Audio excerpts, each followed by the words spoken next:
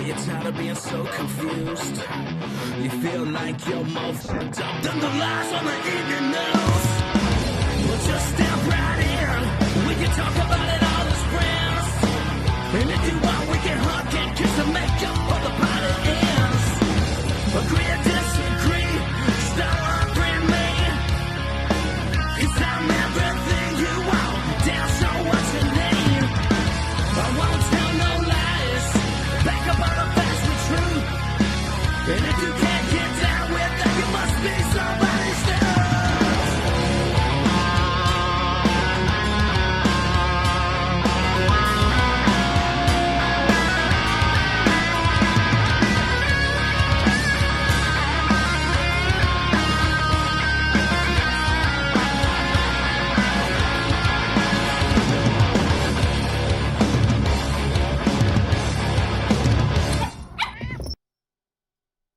Hey guys, Barry Morgenstein, America's headshot photographer, coming to you from my New York City studio. Great friend of the Dumb Show. It is now time to put down the camera because it's almost 7 p.m. and I'm gonna watch the coolest, the most real and raw show on the internet. It's on every night, 7 p.m. Eastern Standard Time with the coolest guys, Matt, Olivia, Leroy, and Amy. You guys have to tune in to see it. It's gonna be something incredible every night. Check it out.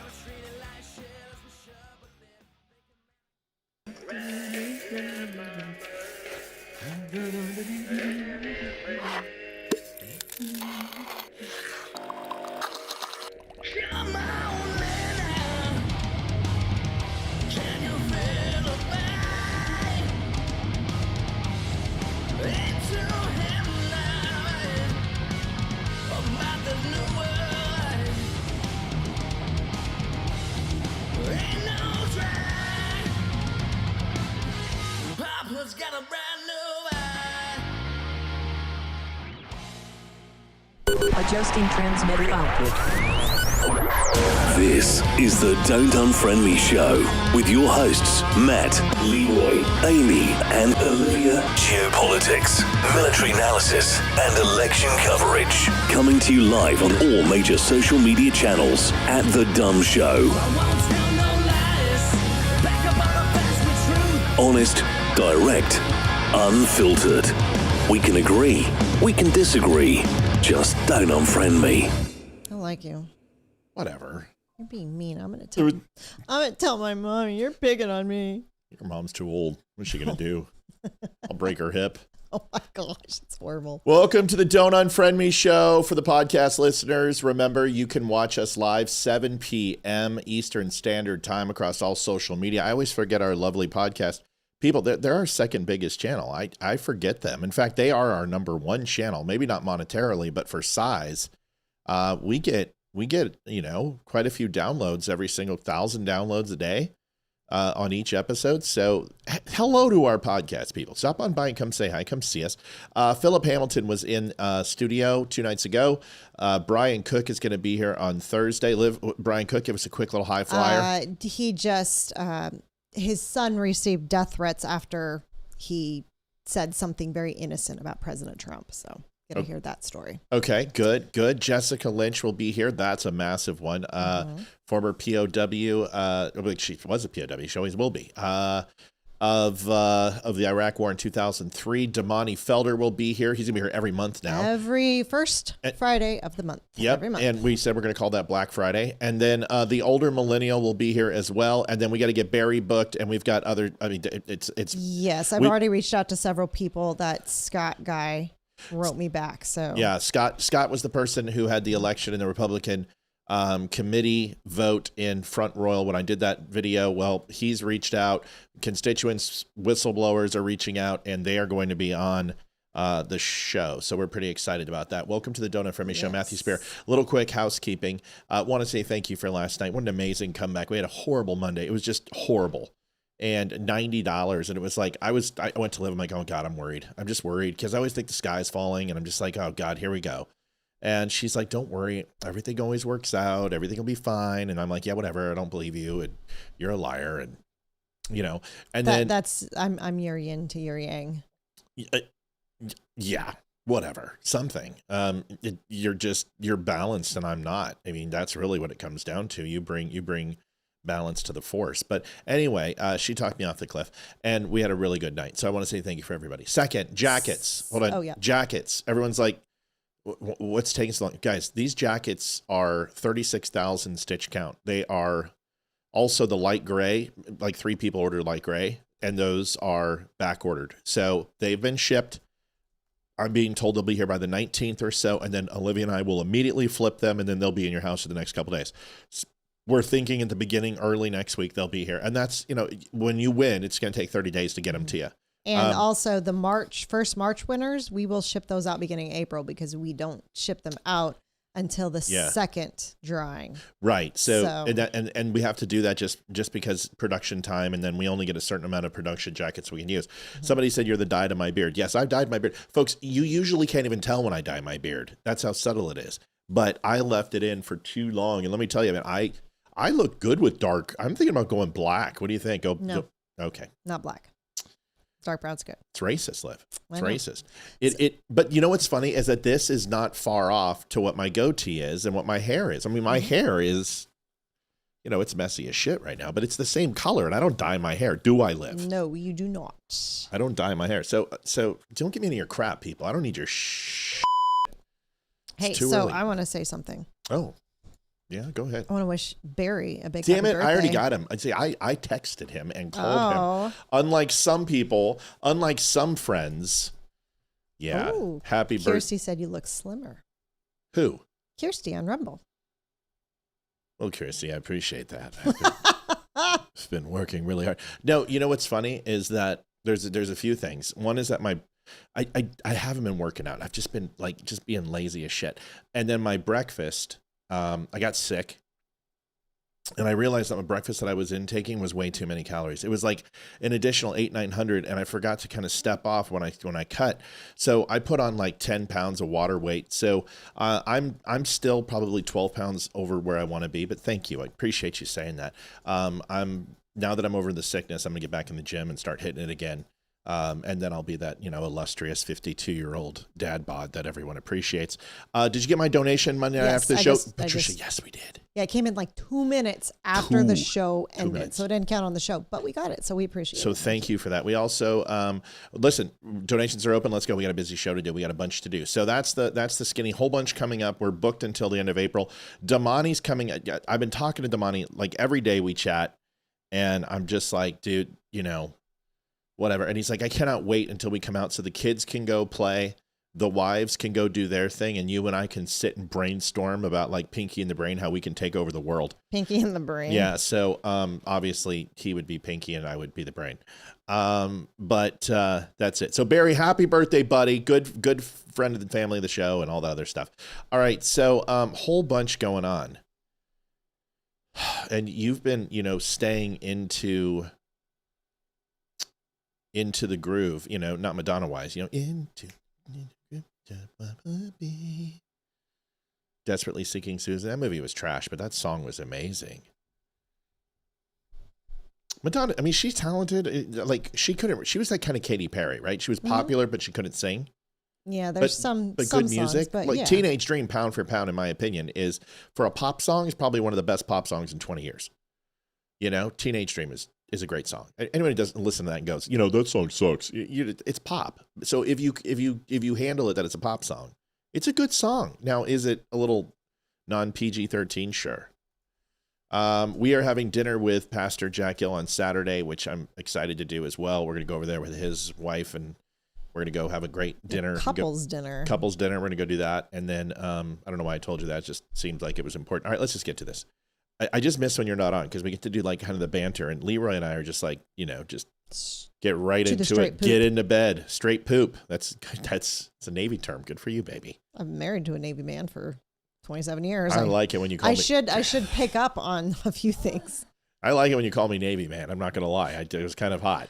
Too bad I've never seen you in your uniform. Yeah, you've seen me out of it. That's all that really matters. No. Do you want me to cut? You've seen me out of it. I have. Yes, you have. You've seen me out of it. I would like to have seen you in your uniform. There's it's something special. There is something sexy about a man in uniform. I don't know why, but there is. Listen, I wore my Dixie Cup whites on graduation of boot camp, graduation of A school and my C schools. And then out processing was my winter blues. And other than that, I was in BDUs. So I was in BDUs. And the Navy didn't get camo until recently. Like they had the digital blue and whatever pattern, and then they got camo, which is stupid. And why they had camo on the open sea makes, like, you have blue dungarees and you're jumping in the water, like, makes you harder to see, but it doesn't matter. But just slam it. So the only thing I would ever really want you to see me in,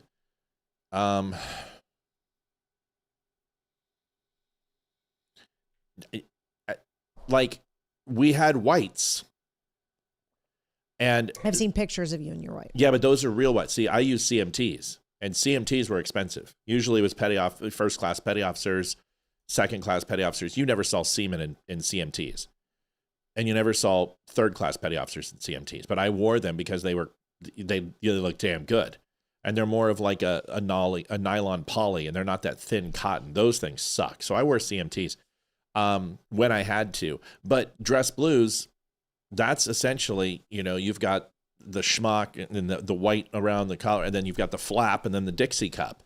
And blues look okay. I mean, they look okay. I've got a couple pictures in blues. But I always wanted to make it to Chief because I like Chief's look. But I don't think there would be a uniform that I would let you see me in minus BDUs. I thought they looked stupid.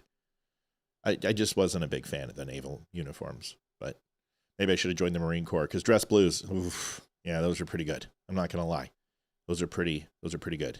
But Patricia says agree. Anyway, moving on. I don't know why we're rambling. We're losing viewers left and right. We're dropping like flies, people. Do me a favor, share this on Twitter if you would not mind. JD Vance on Joe Kent. Liv, did you have a chance to see the Joe Kent stuff? I saw a couple things on it, but all right. Well, let's start with JD Vance. He wants to talk about it. We are going to talk about Joe Kent a little bit. Joe Kent on Sean Ryan, and then a few things. Carolyn Levitt came out and talked about it. But here's JD Vance's take on the whole situation. Good evening, y'all. Matt, I'm not finding you on Facebook. How is that possible? We are on Facebook. How is that possible? It's on the same page what the hell? All you got to do is go to the front Don't Unfriend Me page, and it's there. Guys, it has a giant thing that says, it's live. How is this hard? I don't understand. It literally says live right here. Just click it. It's right there. Hi, we're right here. It's the same thing every night. It's been 5 years. How is this right? Hi, red button. There, see my picture? Live. Click it. There we are. On Facebook. Look at this. Oh, we can do this. She's going to hit you. I'm talking to everybody. We're on Facebook, y'all. We love you. Hi, Dode. All right, let's go. We got to get some numbers up. Holy crap. We were at 110 and then we just dropped like a rock. Here it is. JD Vance on Joe Kent. It's me talking too much. I apologize. I like Joe Kent. You heard the President of the United States say yesterday that he likes Joe Kent 3 weeks ago. Now, you ask about Joe Kent. Now, I know Joe Kent a little bit. I like Joe Kent. You heard the President of the United States say yesterday that he likes Joe Kent, too. But it's one thing to have a disagreement of opinion. I know the President very well. He welcomes differences of opinion. He likes it when people express their views about what should happen. He listens to everybody. It's one of the great things I like about him is that whether you're the gardener at Mar-a-Lago or whether you're the Secretary of the State, the President cares about what you think about an issue. He recognizes that everybody has smarts and everybody has wisdom. That said, whatever your view is, when the President of the United States makes a decision... Oh, Dodie, you're right. I'm a loser. Oh, and I made fun of you, and Would you like me to hit him? And I wasn't making fun of you, Dode. I was making fun of everybody. I'm making fun of myself. I did not do what I always do, which is share the show to the channel. Maybe it's that's my why our fault. numbers are low. Okay. I already admitted I was wrong. And once a man admits that he's wrong, he's immediately forgiven. Is the way it's supposed to. I feel like a dink. I'm so sorry. You know what? But at least, like, there was a time where I just would have banned you for that. For, like, how dare you contradict me? No, I'm kidding. I'm wrong. I'm pinning the page. It's now on top where she belongs. and I'm putting it in the channel. And you are right. We are live. I am sorry. I forgot. Okay, there it is. I put it in there. I'm so sorry. Everyone got their notification. It's my fault. I'm a jerk. You're forgiven. All right. There it is. Look. Okay, you know what, Liv? I don't need your bullshit. Special Officer Doofy reporting. I deserve this. I'm going to give it to myself. Wank!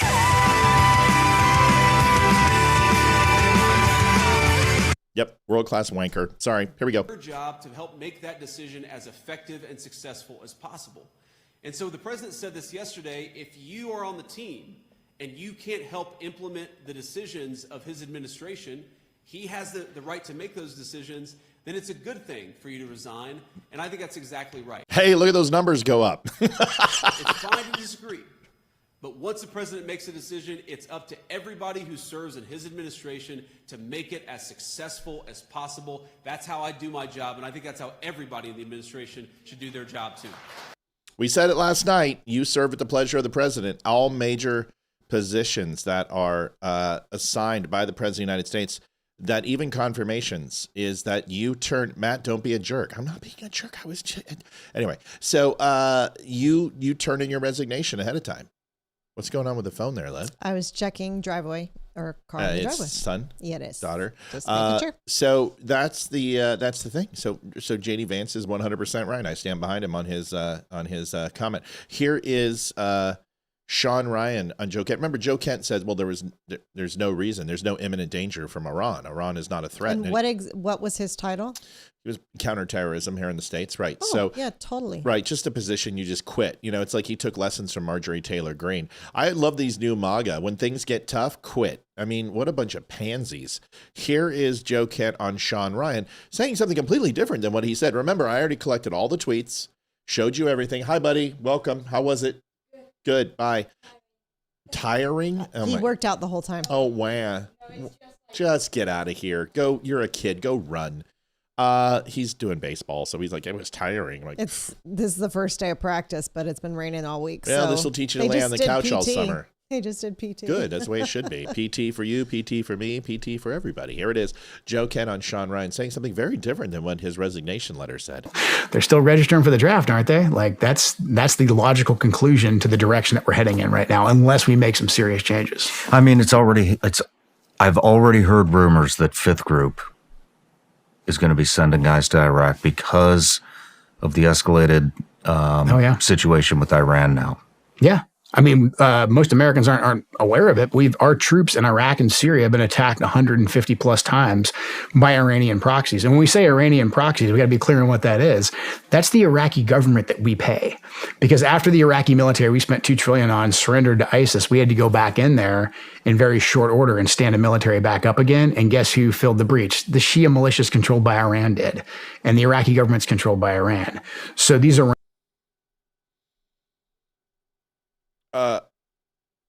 okay. The Iraqi government is controlled by Iran. That's not true. I was going to say that sounds a bit off. That's not necessarily true at all.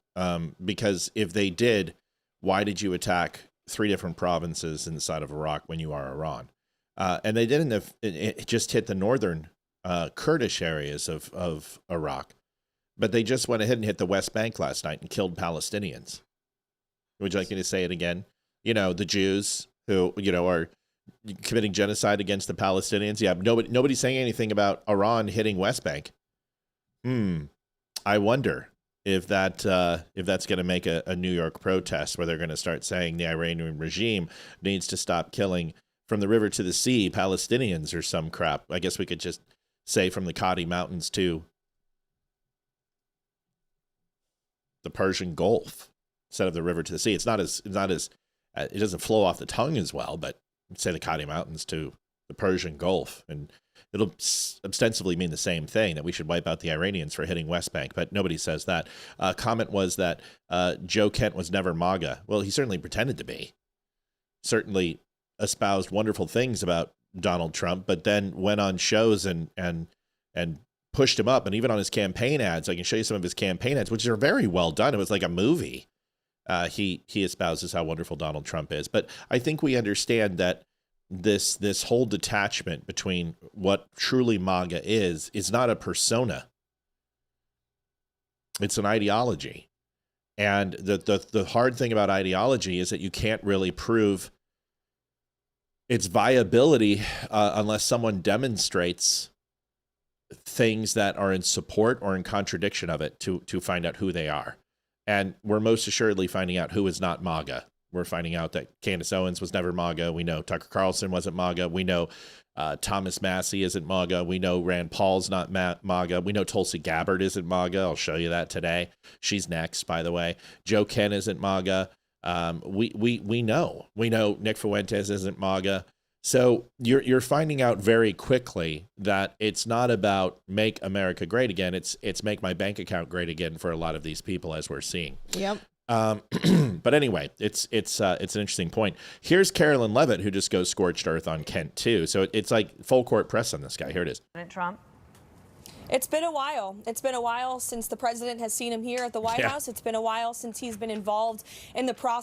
Rick, I saw that video with Jerry O'Connell talking. Can I say this without getting a divorce? But when I made a mention of Kamala Harris or whatever not being like the best candidate or whatever, that his wife and daughter beat him physically. And I'm like, bro, like, isn't this the Kush from Jerry Maguire? You know, isn't O'Connell? Wasn't he from?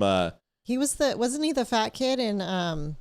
Stand By Me. Yep. Yeah, he was, and who looked like Chunk from Goonies a little bit. But yeah, he. What was he? What was his name? Earl. I don't remember. No, I don't remember. But yeah, he was in it. What a great movie, by the way. That was a great call out. And then he was in a hot one with Megan Ward, who is just a smoke show. She was in PCU and Megan Ward was in this. And it was something about Joe, and it wasn't Joe versus Volcano, but it was something about Joe and cockroaches or something else. I can't remember. It was an 80s, 90s flick. Joe's apartment or something? Yeah, like Joe's that? Apartment, right. There was a bunch of roaches in there, and they had a dance-a-thon. The cockroaches, yeah. Yep. Well, Megan Ward was in that. She was smoke show. I had a crush on her. Anyway, we're just, here's Carolyn Levitt, folks. Sorry, you guys got me off track. President Trump. It's been a while. It's been a while since the president has seen him here at the White House. It's been a while since he's been involved in the process of the presidential daily briefs, and he's been actually present for the president's intelligence briefings. This was an individual who was not involved in any of the discussions pre-operation and throughout this operation. I think the president views it as deeply unfortunate that this individual... Yes, Vern. I brought a comb. Why do you have a comb, Vern? You don't have any hair. Yes, Vern. Verno. Vernerino. Yes, Vern.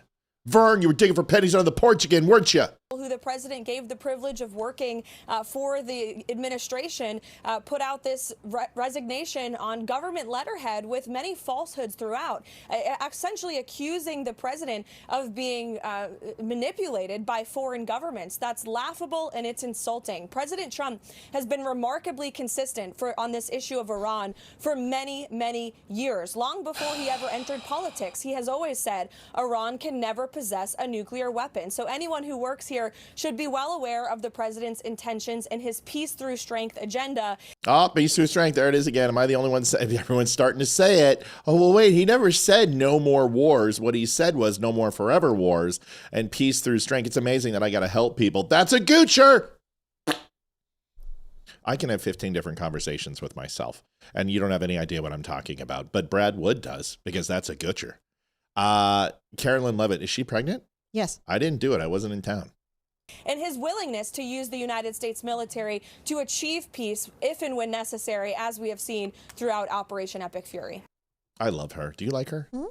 She's very pretty. Yeah, she's awesome. She's very, very smart, very pretty, and doesn't use a binder. She's pretty good. Kayleigh McEnerney was pretty good too, but I'll give it. Carolyn Levitt has a certain fire that Katie McEnerney had this edge to her. Like, she was tough. Carolyn Levitt's tough, but she has that soft exterior. I think people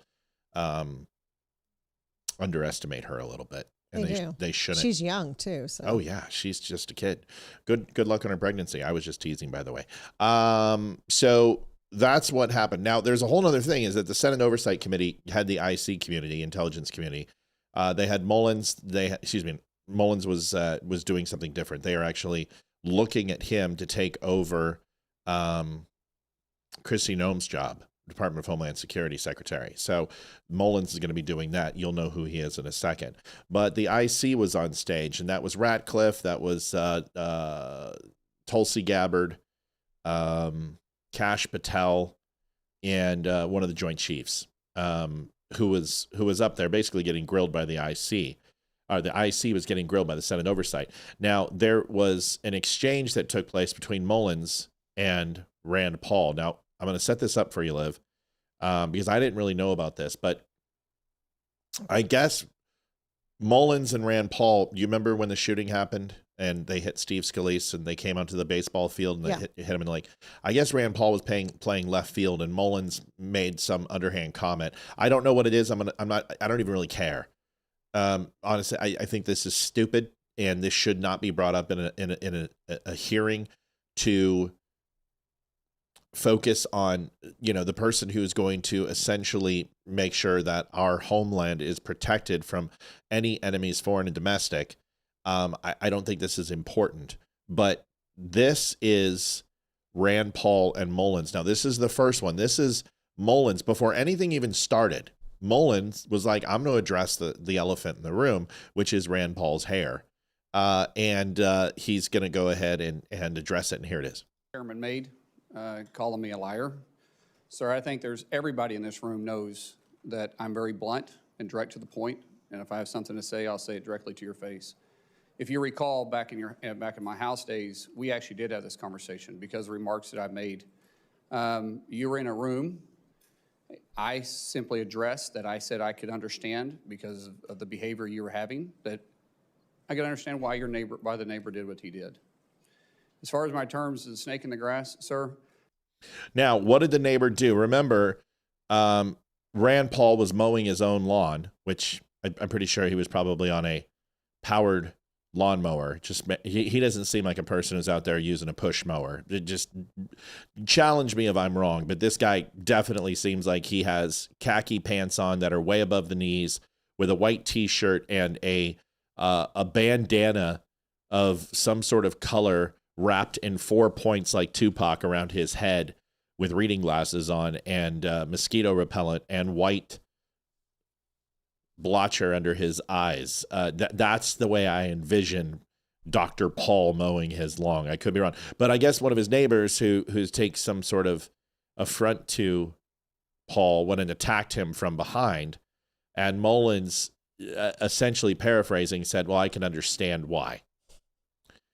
And I can too. That doesn't mean I condone it. That doesn't mean I want Rand Paul hurt, but I can totally understand why somebody would want to punch him in his ugly little face, like his squishy little face. I can understand why. And it doesn't mean I want someone to do it. I can also understand why someone took a hammer to Paul Pelosi's head. It doesn't mean I want that to happen to Paul. It doesn't mean I would do that to Paul. I can just understand why somebody, I can pretty much guarantee that I would want to take to about 90% of the politicians in Washington, D.C. to do one of those things to all of them, but it doesn't mean that I necessarily would. He was on a riding mower, go figure. I guarantee if you see a picture of it, he is dressed exactly the way I just said. Here's the rest of this. I work around this room to try to fix problems. I've worked with many people in this room. Seems like you fight Republicans more than you work with us. I did address those remarks. I did explain your gimmicks by the amendment you put forth. And as far as me saying that I invoke violence, I don't. I don't think anybody should be hit by surprise. I don't like that. But if I do have something to say, everybody in this room knows I'll come straight to you. I'll say it publicly and I'll say it privately, but I'll never say it behind your back. Oh, so for you to say, good line. I'm a liar, sir, that's not accurate. And I got proof to say that because you have spent millions of dollars in my campaigns against me because we just don't get along. However, sir, that doesn't keep me at all from doing my job. I can have different opinions with everybody in this room, but as Secretary of Homeland, I'll be protecting everybody, including Kentucky, as much as I will my own backyard in Oklahoma. It's bigger than the partisan bickering that we have. It's bigger than the political differences we have. The truth is, I have a job to do, and I don't like to fail at anything, at all. So I can set it aside if you're willing to set it aside. Let me earn your respect. Let me earn Well, Liv, what do you think of that in this day and age where these cake eaters constantly go and attack each other like podcast influencers do? I think it's pretty pathetic for senators and congressmen and women to be bickering like that. They're grown-ups. Start acting like grown-ups. If I wanted to hear people bicker, I would listen to my children all day because they bicker. I shouldn't have to hear that from our government.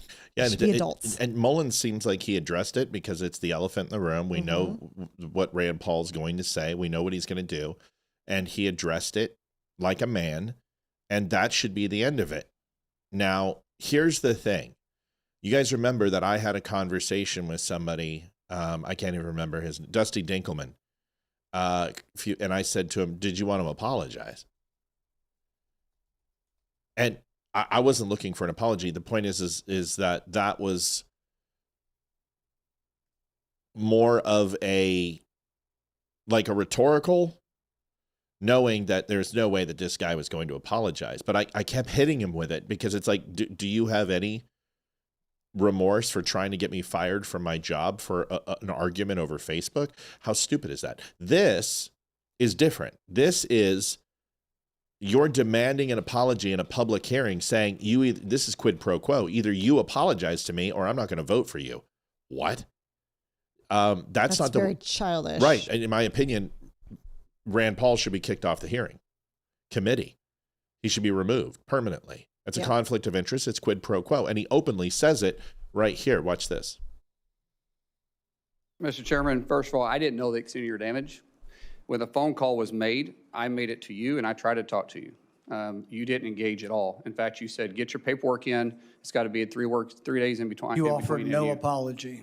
Sir? And you offer no apology today and no regrets.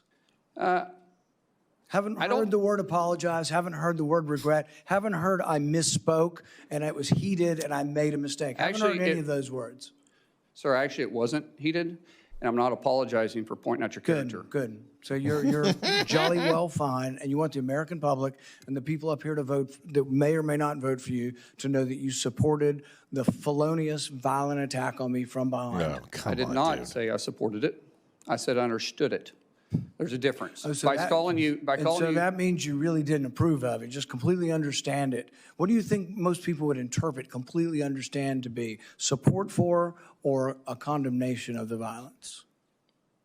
Can I chime in real quick? Is this like me completely understanding that you were supposed to go ahead and criminally charge Dr. Anthony Fauci as you went over him and supposedly prove that he had millions of people killed because of gain and function research, made money off of it, campaigned off of it, sent commercials, sent ads on it, and did absolutely all around it? I understand you did that too. Is that the type of understanding that you're talking about, Senator? That's what I would have said.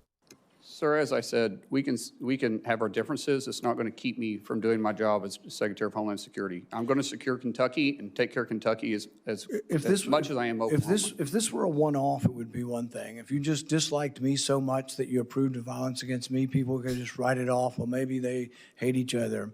But really, there's a pattern of this. Oh my gosh, he's a big baby. Yeah. Holy cow. He's... Holy crow. Oh my gosh. Seriously. What a baby. Oh my. Just, it's like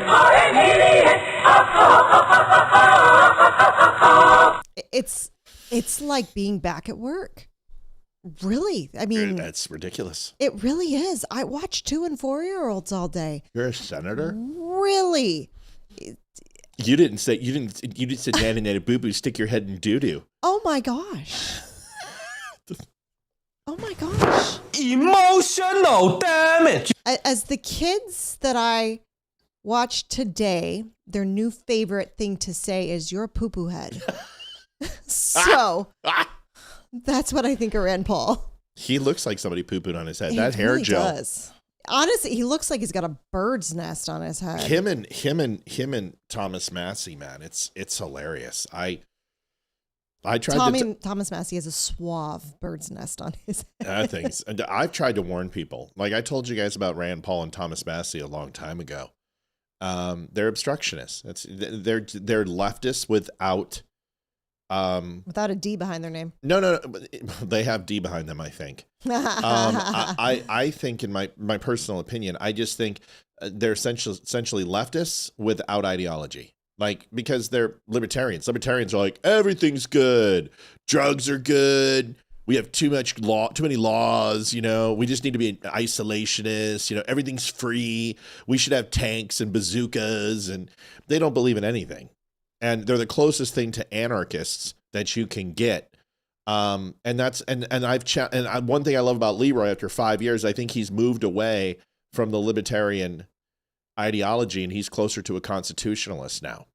And I think libertarians are just fence riders, and you should be able to pick. And that is why it is understandable that he would get punched in his face. Exactly, Brad. That's the point. Yes, abso-freaking-lutely, brother. Like, see, you know what I would have said? That's another thing I would have said with Mullins, which would have been better, is like, now do you understand why I think I can completely understand why somebody wanted to hit you from behind? Look at the way you're acting right now. I mean, that's perfect. Just perfect. Go ahead, Libby. Oh, it's not my fault. Oh, it's really not my fault. I don't know why it's doing that. Hold on. See, I got to find out where. Okay, hold on. My thing froze. Hang on. Hold on. Don't. That's probably why. It's not me. Yeah. See, I get to blame you. Hold on. Is it here? Oh, no, it isn't me. It's you. Okay, let's just close this. Why don't you start that over? A new window. It doesn't want to work. Just start that over. All right. So while Olivia is doing that, John Fetterman being based on Mullin. So here, what a day that we're in, that I have to sit here and say Thomas Massey and Rand Paul are complete kooks who have absolutely no loyalty to the people who elected them. And I have got to use John Fetterman as an example. John Fetterman. Remember, there is one person who told you John Fetterman wasn't a liberal, who told you that he was a middle of the road blue dog Democrat. Can anyone remember who that was? No. Who said he was going to beat the living pants off of Mohammed Oz? I don't remember who that guy was. No, don't remember. Don't remember. He's really unforgettable, Excuse me, I have a few more questions if you don't mind. Anyway, here's John Fetterman. For me, I came here and I committed to come here with an open mind, and I'm going to continue to do that. And it's not going to be about gotcha moments. For me, it's about just saying, my experience with you has been consistent kindness and professionalism. The first time I met, it was you and your wife behind you when I was here at the orientation here in the Senate. And even before you got the call for the big job, we were even discussing about getting together and having dinner as family. So that's an ongoing relationship, because that's also part of the fact here in this town, you got to get along and find a way to work together. And now we have to come at it and just let things go in the past for that. Finding a way forward, that's my responsibility to represent Pennsylvania. And for you, I just want to thank you for showing up. And now I'm going to engage, and I'm going to remain with an open mind throughout all this, as I made to my friend here. And I'm going to do that. So thank you for bringing your family here too. And I look forward to hearing for the rest of my colleagues' views on you. That's how it should always be. I mean, dude, I remember when people wanted him to die when he had a stroke. People were like, God, I hope he dies. He's the most based Democrat in politics right now. He's absolutely based. And it's like, people are like, I want him to die. Now listen, I hit him on wearing the hoodie, but you know what? I don't even care anymore. Good for him. It's a finger to the establishment. Good. He shows more moxie and more authenticity and is on the right side of issues more than most GOP and Democrats. I'll tell you what, I've been saying that he is a good dude for a while. I said it that Mohammed Oz was a joke compared to Fetterman, that he was a prosthetic DuPont plastic just dork, and he is. I like him where he's at now because I don't have to see him every day. But Fetterman won that election based on being real and authentic, and there were people who wanted him to die.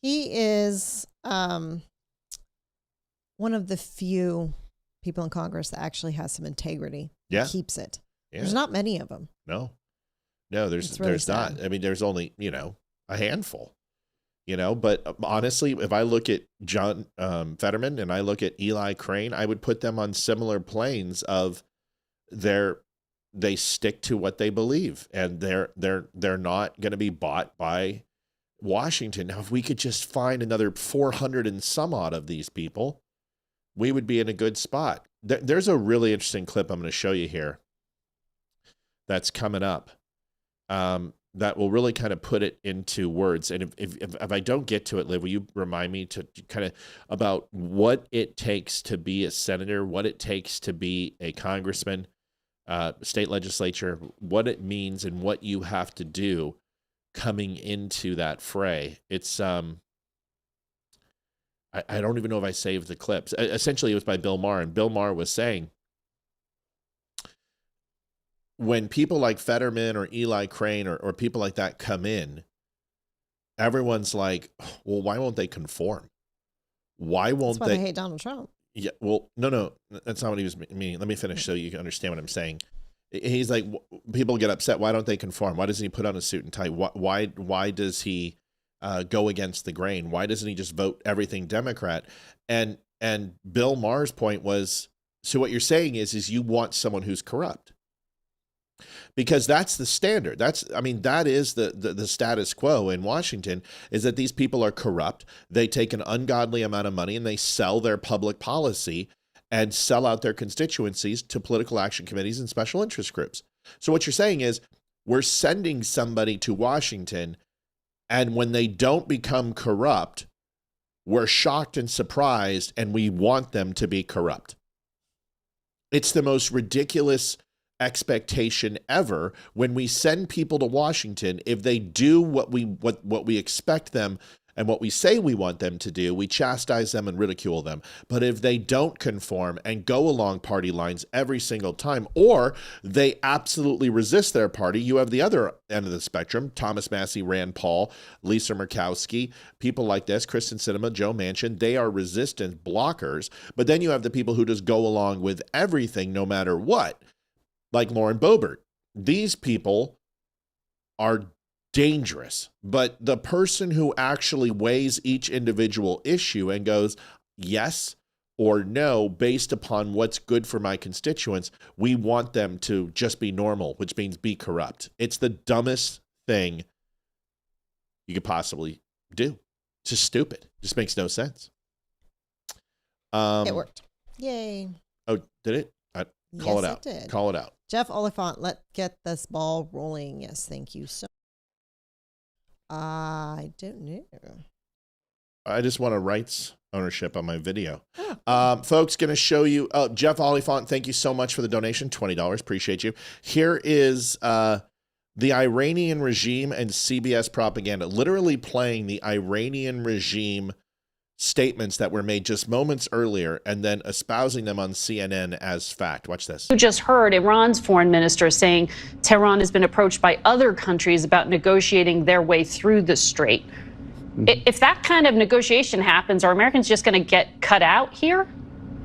Well, first of all, you have to understand that America is not going to have its economy harmed by what the Iranians are doing. The bottom line is that in the 70s, we didn't produce much oil, but now we do. And so America's in a very strong position. They think that they're going to harm the U.S. economy and get President Trump to back down. There couldn't be anything that was a stupider thing to say, because the bottom line is that our economy has got all this momentum in the world, and we've got lots and lots of oil. We have lots of trading partners that are more on the hook from imported oil from these guys. And as we can see, it's completely unacceptable that a government that would, murder 40,000 of their people just a few months ago would be blackmailing countries to let stuff through. President Trump thinks that is unacceptable. And for the global economy, we need to fix it, and we're going to fix it fast. Okay. So there you have CBS, who just had a statement made by Iran that the United States is going to buckle because they're going to overall impact our economy. You were talking about gas prices last night. Walk me through the difference and what your expectations are as a mom when it comes to gas prices And what are you seeing out in the real world? Well, I can tell you that it has raised 90 cents in the last month. I filled up mid-March and it was $2.89.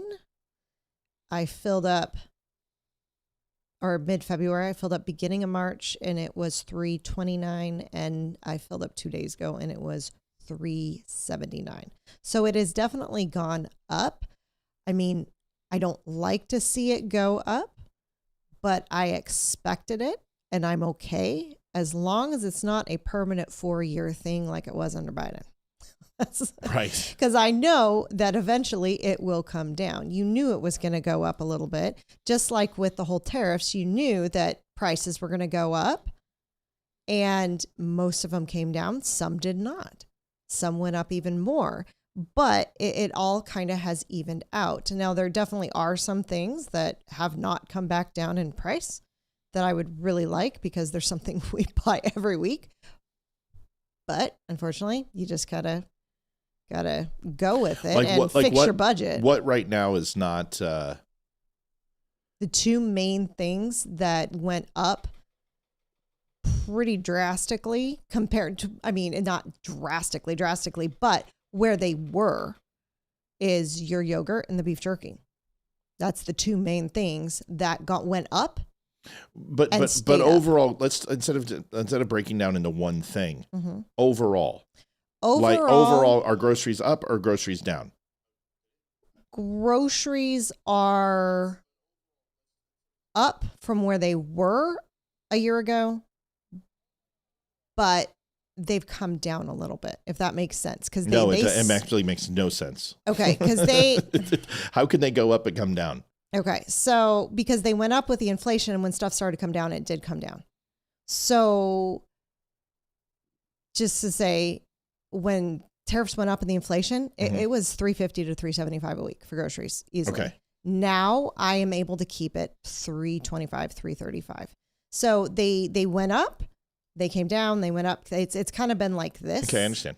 So, and consistently we're $3.25 about right now. So that's where, but some things went up, stayed up. Some things dropped back down. So it kind of evened itself out a little bit. So gas prices up or down? Gas prices are definitely up right now. Okay. So 90 cents you said overall. Still lower than where we were at Biden's pinnacle. Yeah, Biden, we were over $4, if I'm not mistaken, when he first came in. But people understand that oil itself is not because of the actual Straits of Hormuz right now, where this is the reason why gas prices are up, is that it's global. Yeah. And the global cost of oil and per barrel is what's causing the problem. But the United States only transfers about 2% of its overall oil through the Straits of Hormuz. It's not going to have an effect on us, but it will affect global pricing, which is the issue. But we're a net exporter of oil. So honestly, what Donald Trump and the administration is doing is saying, if you want to solve this problem, then you've got to look at United Nations, you got to look at NATO, you got to look at these European countries to kind of do their own heavy lifting, because the United States isn't going to stay in here permanently and fix this problem for the rest of the world. I just find it interesting that the news is regurgitating Iranian state propaganda. It's leftist news. I understand that. I mean, once again, that statement I'm making is not, it's not something that it's a declarative statement of like, I really don't understand. No, it's like, I don't understand because I know why. I know they're doing it. I know that the media is full of crap. But the point is like, you've got Iranian TV saying something, and then they are broadcasting it for 20 minutes on CNN. Which is ridiculous, because anything that Iran is sending out is complete propaganda. Well, and not just that. I mean, and it's not like our own media doesn't do the same thing. My point is like, you didn't see the Vietnamese broadcasting on our stations during Vietnam. You didn't see the Iraqis broadcasting during Iraq. You didn't see us in World War II putting Russian propaganda on the silver reels. And, at some point you have to say, okay, well, there's absolutely an open and free access to information here, but you also don't want to demoralize our people by having Iranian state TV, which says that they sunk the Gerald Ford or the Abraham Lincoln, and they're telling that to the world and then broadcast that. And then you have, thousands of families who are hearing that their loved ones are dead. You probably don't want to broadcast that type of stuff. Considering Iran says they're winning the war. Right. Thousands of Americans have been killed. Right. I saw a video a couple of days ago, and I think it was CNN or MSNBC. One of the Doesn't two. matter. They're the same thing. And it was a woman, and she was interviewing over Zoom or video or whatever, the new self-proclaimed leader of Iran. And he pretty much said that they have shut off the internet to the entire country. Right. I have that video. Him. Yeah. He's got internet. Mm-hmm. And she's not even questioning why. Right. No, she did. A little bit. No, that's not fair. She very much did. I'm gonna push back on you on that. I watched the video too. In fact, I've got it right. Well, let's watch it, and then we'll let viewers and you, if you want to make an apologetic retraction like Rand Paul deserved, you'll be able to do that. Let's see, because I did watch it, and I thought she did fairly decently. I may have only watched a short clip because it was only a couple of minutes. No, it's okay. Let's just watch it and let's just see. I think that's, we want to get it right. And if somebody in the leftist media is doing it correctly, well, then we should say that. Don't you think? Here I think it was. Yeah, it's right here. Okay, I did save it. Oh, I know you did. I watched it. I had it on mine too. Let's watch it. Let's see. Because I could be wrong. I mean, what I remembered is that she at least pushed back, and it was only a few minute clip. It wasn't very long. Here it is. So let's see. You're speaking to us via Zoom.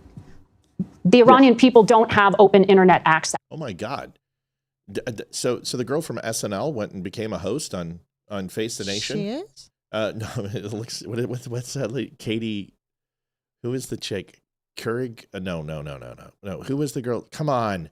She was in all this. She looks just like that. The SNL chick. Kristen Wiig. Oh, okay. Yeah, a little bit. A little bit? Oh, okay. Really? A little? Hold on. Yes. But you do.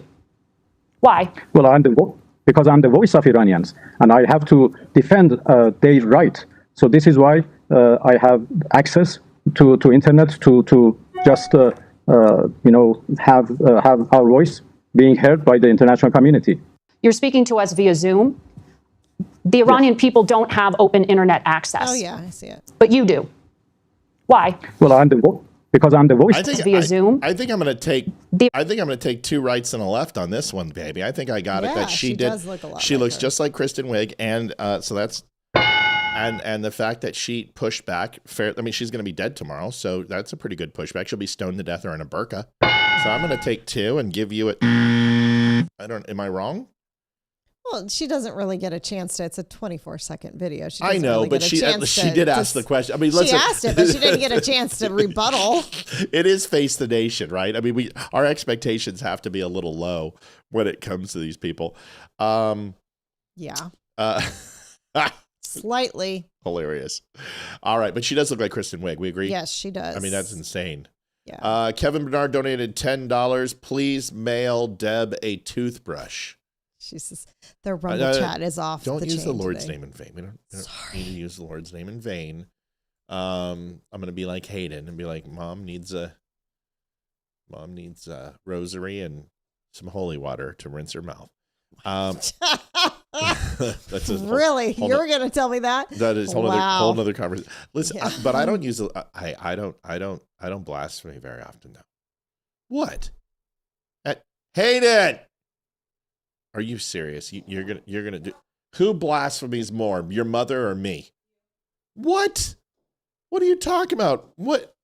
Really? No. 100%? Yes. All right, then. All right, I'll give myself. Do I usually apologize and say? See, I would say. I don't say JC. Yes, you do. Oh, I do. Hockey. Yes, you do. Yeah. No, you're right. I do. I do. I think she does it more, but you use the words. I see. I put colorful metaphors in front of it. Like you, the meaning of your words that you use are worse Got it. Okay. So I use it more emphatically, and Olivia uses it more often. I agree with that. I think that's fair. I think that's fair. That's a fair and impartial either way. So. Oh, Hayden's taking her permit testimony. Got her permit. Yes, she is. All right, we got to move. All right, we need to move on. Tim Burchett and Troop. So get this, the media. Oh, so stupid. Kevin Bernard, $20. Are we missing some? No, I'm going to put this one in. How many have we had so far? Dos. Okay, go ahead. Yeah, keep them coming, Liv. Yeah. JD Stillwell, $20. Thank you. God will forgive you, Matt. Well, I asked for forgiveness. I don't like to use the Lord's name in vain. JD Stillwell donating $20. Good evening. Thank you, JD. Appreciate you so much. I tend to do it. They're right. I tend to do it during a hockey game and nonchalantly. I shouldn't because I don't like it. I really don't. And I don't, Liv. It's not something that I like to do. So that's 2 wrongs. Yeah, but that's like 4 wrongs for Olivia. You said she didn't look like Kristen Wiig. She didn't defend against the guy. I couldn't remember who you were thinking about. I don't remember what she looks like. Oh, poor baby. How can I say, yeah, she looks like somebody that I don't remember who they are? You said she didn't. And I said, yes, she did. It looks like Kristen Wiig. You're like, no. Then I showed it. And you're like, oh, yeah, totally. I can see it. So it's wrong. Okay. You're wrong about being wrong. There's 3. And then when Hayden came in, you were like, oh, Matt uses the Lord's name all the time. She said, actually, you use it more. I just use it more emphatically with nasty language in front of it, which I gave you a and I gave me a and a. So really, I don't even know where we're at. All I know is that you're losing and I'm winning. Thanks for the explanation, Rand Paul. I really appreciate it. Did you want to apologize now, or I didn't hear any? John Ratcliffe, our Tim Burchett, and Troop. Listen to this. This is perhaps the dumbest thing: is people are trying to just listen to the. You're not going to believe this. Kristen, are you concerned that since our adversaries are starting to use the Epstein files as like sort of a way to attack Trump's credibility, are you concerned that his compromise is putting our troops in harm's way? That Donald Trump is compromised with the Epstein files and it's putting our troops in harm's way. This is from the Midas Touch Network. These guys are absolutely DNC funded and they are so trying to be relevant to Joe Rogan and others. They pump hundreds of thousands of dollars into Midas Touch every single month and it's ridiculous. These guys have a huge, massive bot farming and they constantly, we're right up there with Joe Rogan. We're the 5th rated podcast. But like other podcasts, Candace Owens, they are bot farms, Nick Fuentes. So they ask him, are you concerned that the Epstein files are putting troops in harm's way? Don't throw Olivia under the bus, Matt. I'm not, because that word is through, and I'm not throwing Olivia under the bus either.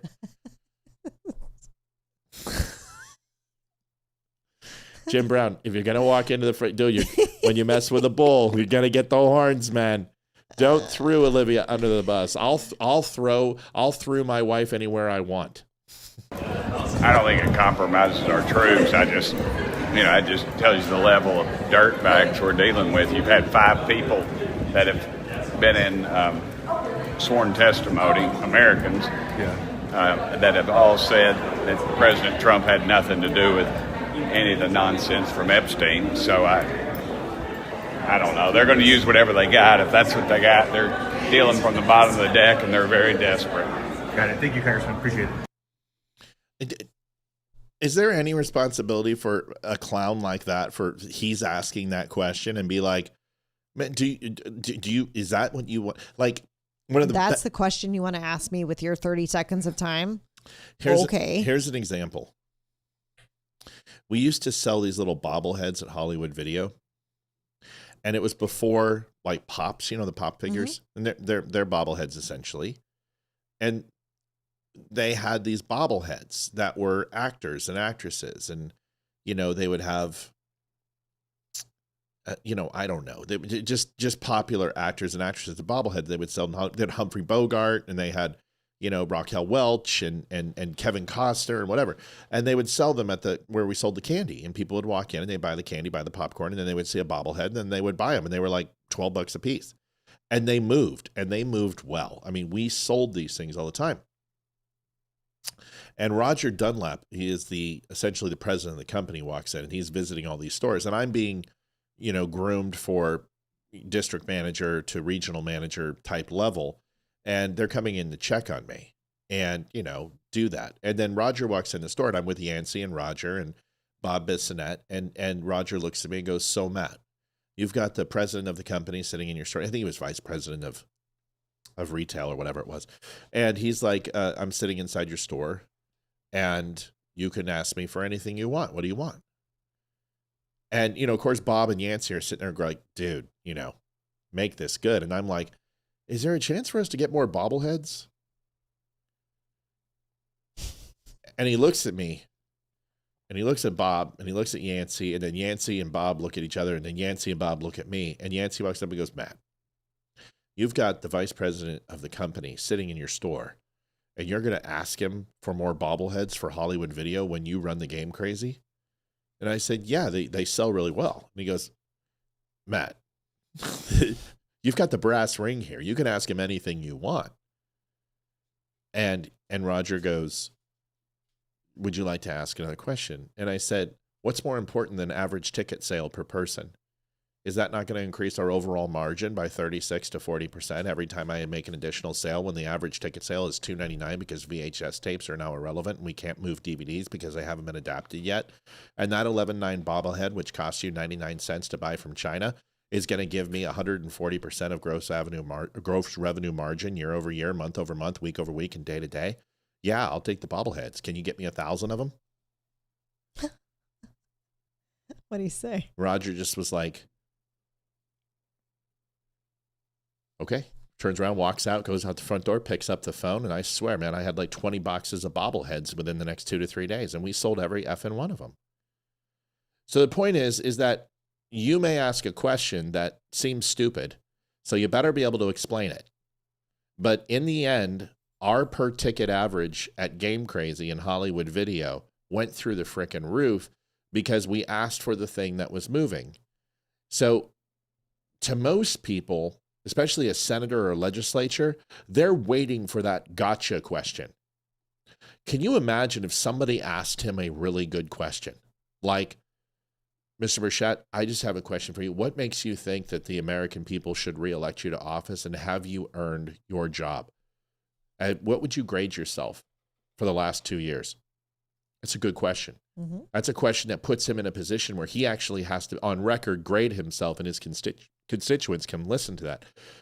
My point is that if you have a chance to ask a question, make sure it's something that's actually going to get you results that you're looking for. And do you think that the troops are in harm's way because of Jeffrey Epstein? If Burchett would have looked at him and stopped and go, "Dude, you had one chance to ask me any question you want. Why on earth are you asking me that? Do you want a do-over? Do you want a redux? Can I give you a second chance at that? Because that can't be the best damn question you came up with." You know what I mean? Mm-hmm. What a stupid question. Yeah. Ratcliffe answers perfectly. We're going to get into Tulsi Gabbard after this. $70. Brad Wood donated. "Have gun will travel," reads the card of a man. "Have gun will travel," reads the card of a man. Mm-hmm. Stand By Me. When they're on the tracks, they're singing it.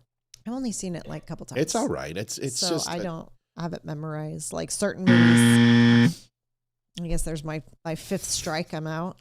Can I tell you look really pretty tonight? I like that color on you, and I love your hair. Thanks. And every day you come home, it's like Christmas. I love it when you come home. I do. Yeah, I love you. I just do.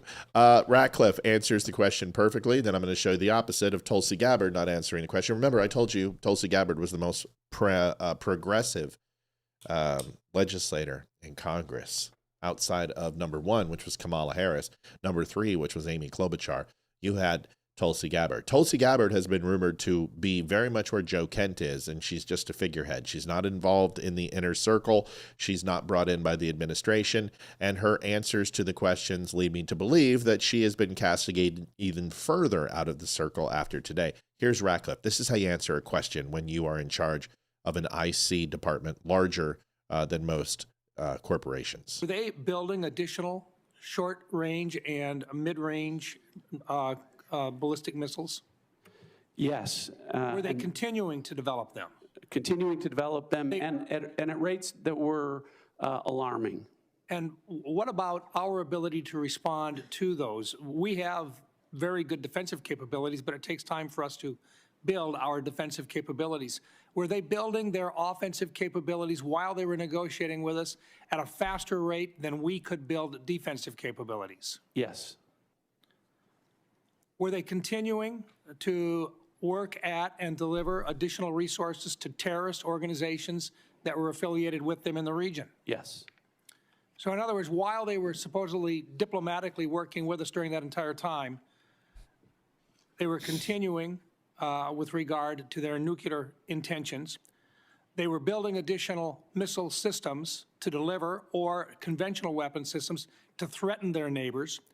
Their defensive capabilities were going to be increased, making our young men and women at risk when at some point in the future we would have to basically go in and clean the mess up. I think there was an opportunity here, and I think the president made the right choice when he decided at this time that simply for our advantage and for the young men and women that have to go in and do this, that this was a safer time, if there ever is such a thing as a safer time, but the right time for our nation to respond to this threat. Is that an appropriate way of putting it, sir? I agree with that. Were they built? Very straight and to the point. Not too hard, not too soft, just right. By the way, folks, likes have been hard to come by on Facebook. A lot of people have been saying that they've had a hard time. Folks, do me a favor. If you have not had a chance to like the show, please go out and do that right now. If you're on X, if you're on YouTube, if you're on Facebook, Rumble, especially Rumble. We've got to get Rumble growing. I'm doing everything I can working with Rumble behind the scenes. Just hit the like button. Not everyone can donate. We understand that. But we can't have 67 likes when we've got 200 and some odd people on the show watching right now. So with Facebook, you can't do it once you're already into the live show. You can't hit the like button in there. That doesn't count. You actually have to go out to the main page, scroll down to the current video, and like and share from there, and then click into the video. Yeah, and 42 people watching on Rumble, 15 likes. No, I'm not going to accept that. I don't understand. There's always a lot of people on Rumble, and we maybe get 5 to 10% every night of thumbs up, no matter what we do. I don't get it. I don't understand. I think we're broken on Rumble. I'm trying to get everything moved to the Dumb Show page. And I don't want, they have me on like a static URL. It's rumble.com/c/at-the-dumb-show. I'm like, get rid of that. Because everyone else, Tim Pool, everybody, all the big ones, RSNBC, everybody. Right Side Broadcasting Network, excuse me, not RSNBNC, RSBN, OAN, Tim Pool, you look at Crowder, all of them are rumble.com/weird thing. And it works. And I think because I have a channel on there, it's not getting the attention it needs. We're trying to get it fixed. But without you, we can't fix it. You got to hit like. You got to share. Hit that thumbs up on Rumble. And then watch it over there, okay? So much better now. I just looked. I think we've increased it a little bit because of the guilt trip. I think we're sitting at, 18's pretty damn high. We'll take that. That's better than usual. So thank you for doing it. If we can break 20 on Rumble a night, that's awesome. That would be awesome. Also, 137, we have 83 now likes. To get you closer from Ventura, where it is 90 degrees, 3 degrees cooler than yesterday. Holy crowley. Already. Wow. Angela Hills, thank you, hun. $25. That puts us at 95. All right, folks. So let's now look at Tulsi Gabbard. Now, people like, Matt, you hate Tulsi Gabbard. I do not hate Tulsi Gabbard. I think Tulsi Gabbard's beautiful. I think she's smart. I think she's a progressive who did not make it in the Democrat Party and who is doing desperately what she can to cling to any hope of staying relevant in Washington, D.C. as she possibly can. That is what I think, okay? But it doesn't mean I think she's a bad person. I just can smell a lie like a fart in a car, and I will stand by my record on calling out people who don't deserve our admiration and respect. I don't know if Tulsi Gabbard is a person who I believe is someone who we should try to emulate. I think if you literally abandon every moral principle, every ideology that you've had as an adult, there's something wrong with you, okay? There's something wrong with you. I don't trust people. I don't trust Dave Rubin either, and I've listened to him a little bit, but I still don't trust him. I just don't trust anyone who believes that aborting babies at full term was okay.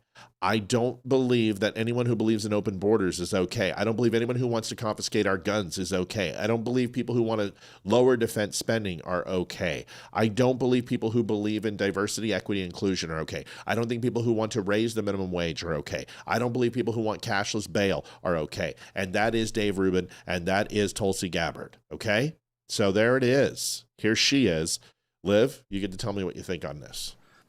The White House stated on March 1st of this year that this war was launched and was, quote, a military campaign to eliminate the imminent nuclear threat posed by the Iranian regime, end quote. That's a statement from the White House. Quote, the imminent nuclear threat posed by the Iranian regime. Was it the assessment of the intelligence community that there was an imminent nuclear threat posed by the Iranian regime?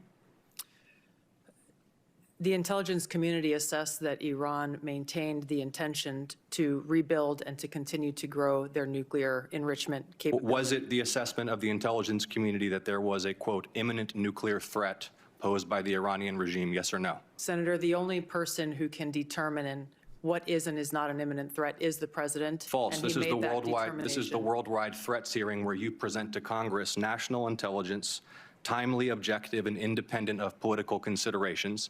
You've stated today that the intelligence community's assessment is that Iran's nuclear enrichment program was obliterated and that, quote, there had been no efforts since then to try to rebuild their enrichment capability.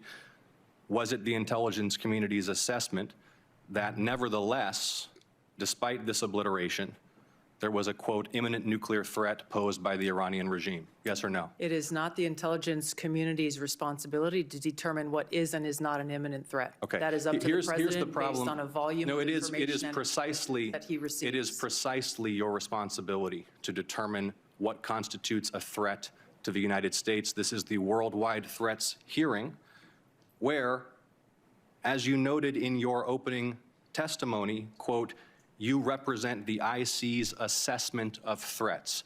You are here to represent the IC's assessment of threats. That's a quote from your own opening statement. And so my question is, as you're here to present the IC's assessment of threats, was it the assessment of the intelligence community that, as the White House claimed on March 1st, there was a, quote, imminent nuclear threat posed by the Iranian regime? Yes or no? Once again, Senator, the intelligence community has provided the inputs that make up this annual threat assessment. You won't answer the question. It is the nature of the imminent threat that the president has to make that determination based on a collection and volume of information and intelligence that he is provided with. You're here to be timely, objective, and independent of political considerations. Exactly what I'm doing. No, you're evading a question because to provide a candid response to the committee would contradict a statement from the White House. Let me ask you about. I think it's a bit of a cop-out. Yeah, a little bit. I think, little bit. Well, considering that if I'm not mistaken, yes, the president is the one who's got to say it's imminent, but he's probably not the one doing the research and collecting that intelligence. So I would assume that the people who give him the intelligence tell him, and then he's probably going to ask them, in your opinion, is this an imminent threat? And then he'll go off based off their opinion. So Am I correct? This is a really, really good question. This is a smart question, Liv. Really smart question. Karen Vera also asked the same thing. Is it her responsibility, Matt, or does she just gather intel, present it to the president? She is the DNI. Her job is to directly collect and disseminate intelligence from all the major IC components, whether it be the FBI, the NRO, the NSA, the FBI,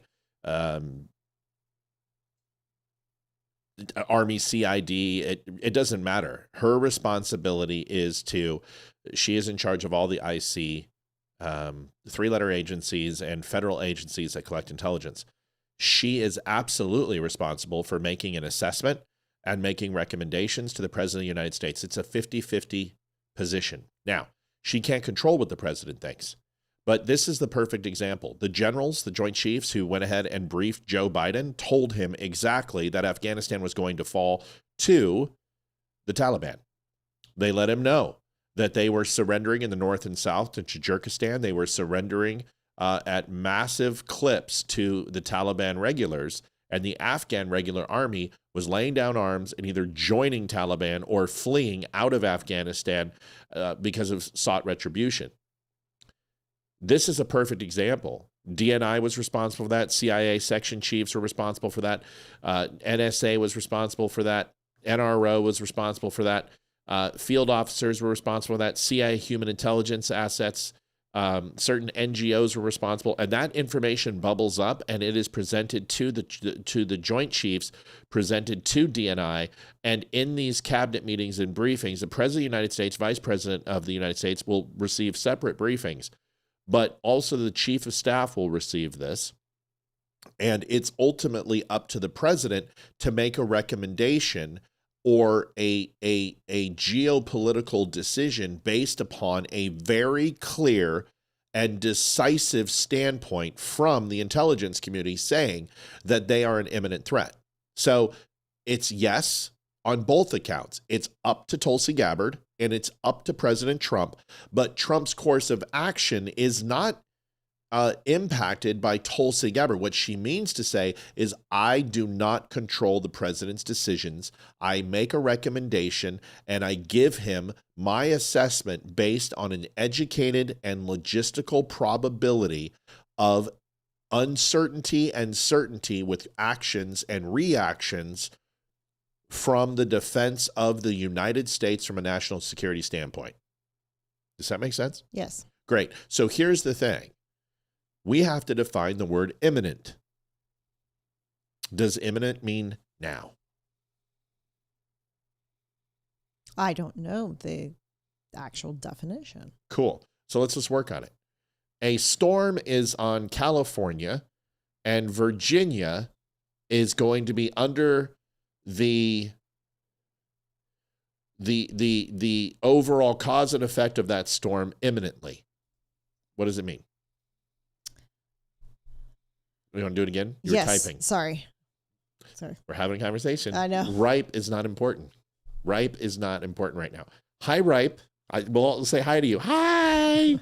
Now I'll ask it again. Ripe's not important right now. Ripe will be reporting in a few seconds. But this is the question. What's imminent?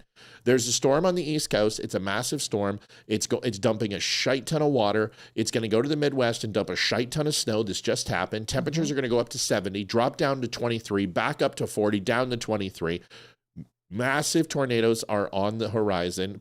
Also snowstorm and high winds. And this severe weather is imminent. Yes. So that means it's going to be today? Is that what you just said? It's coming soon, yes. What is soon? I would. In that storm, how long did it take to get here? 48 hours, I think. 7 days. Took 7 days. Almost 10, surprisingly enough. The end of the storm from the beginning of the storm, almost 10 days to get from the West Coast to here. And it was a very fast-moving storm. But it was imminent. Okay? Let me ask you this. The fiscal cliff is $50 trillion. Okay?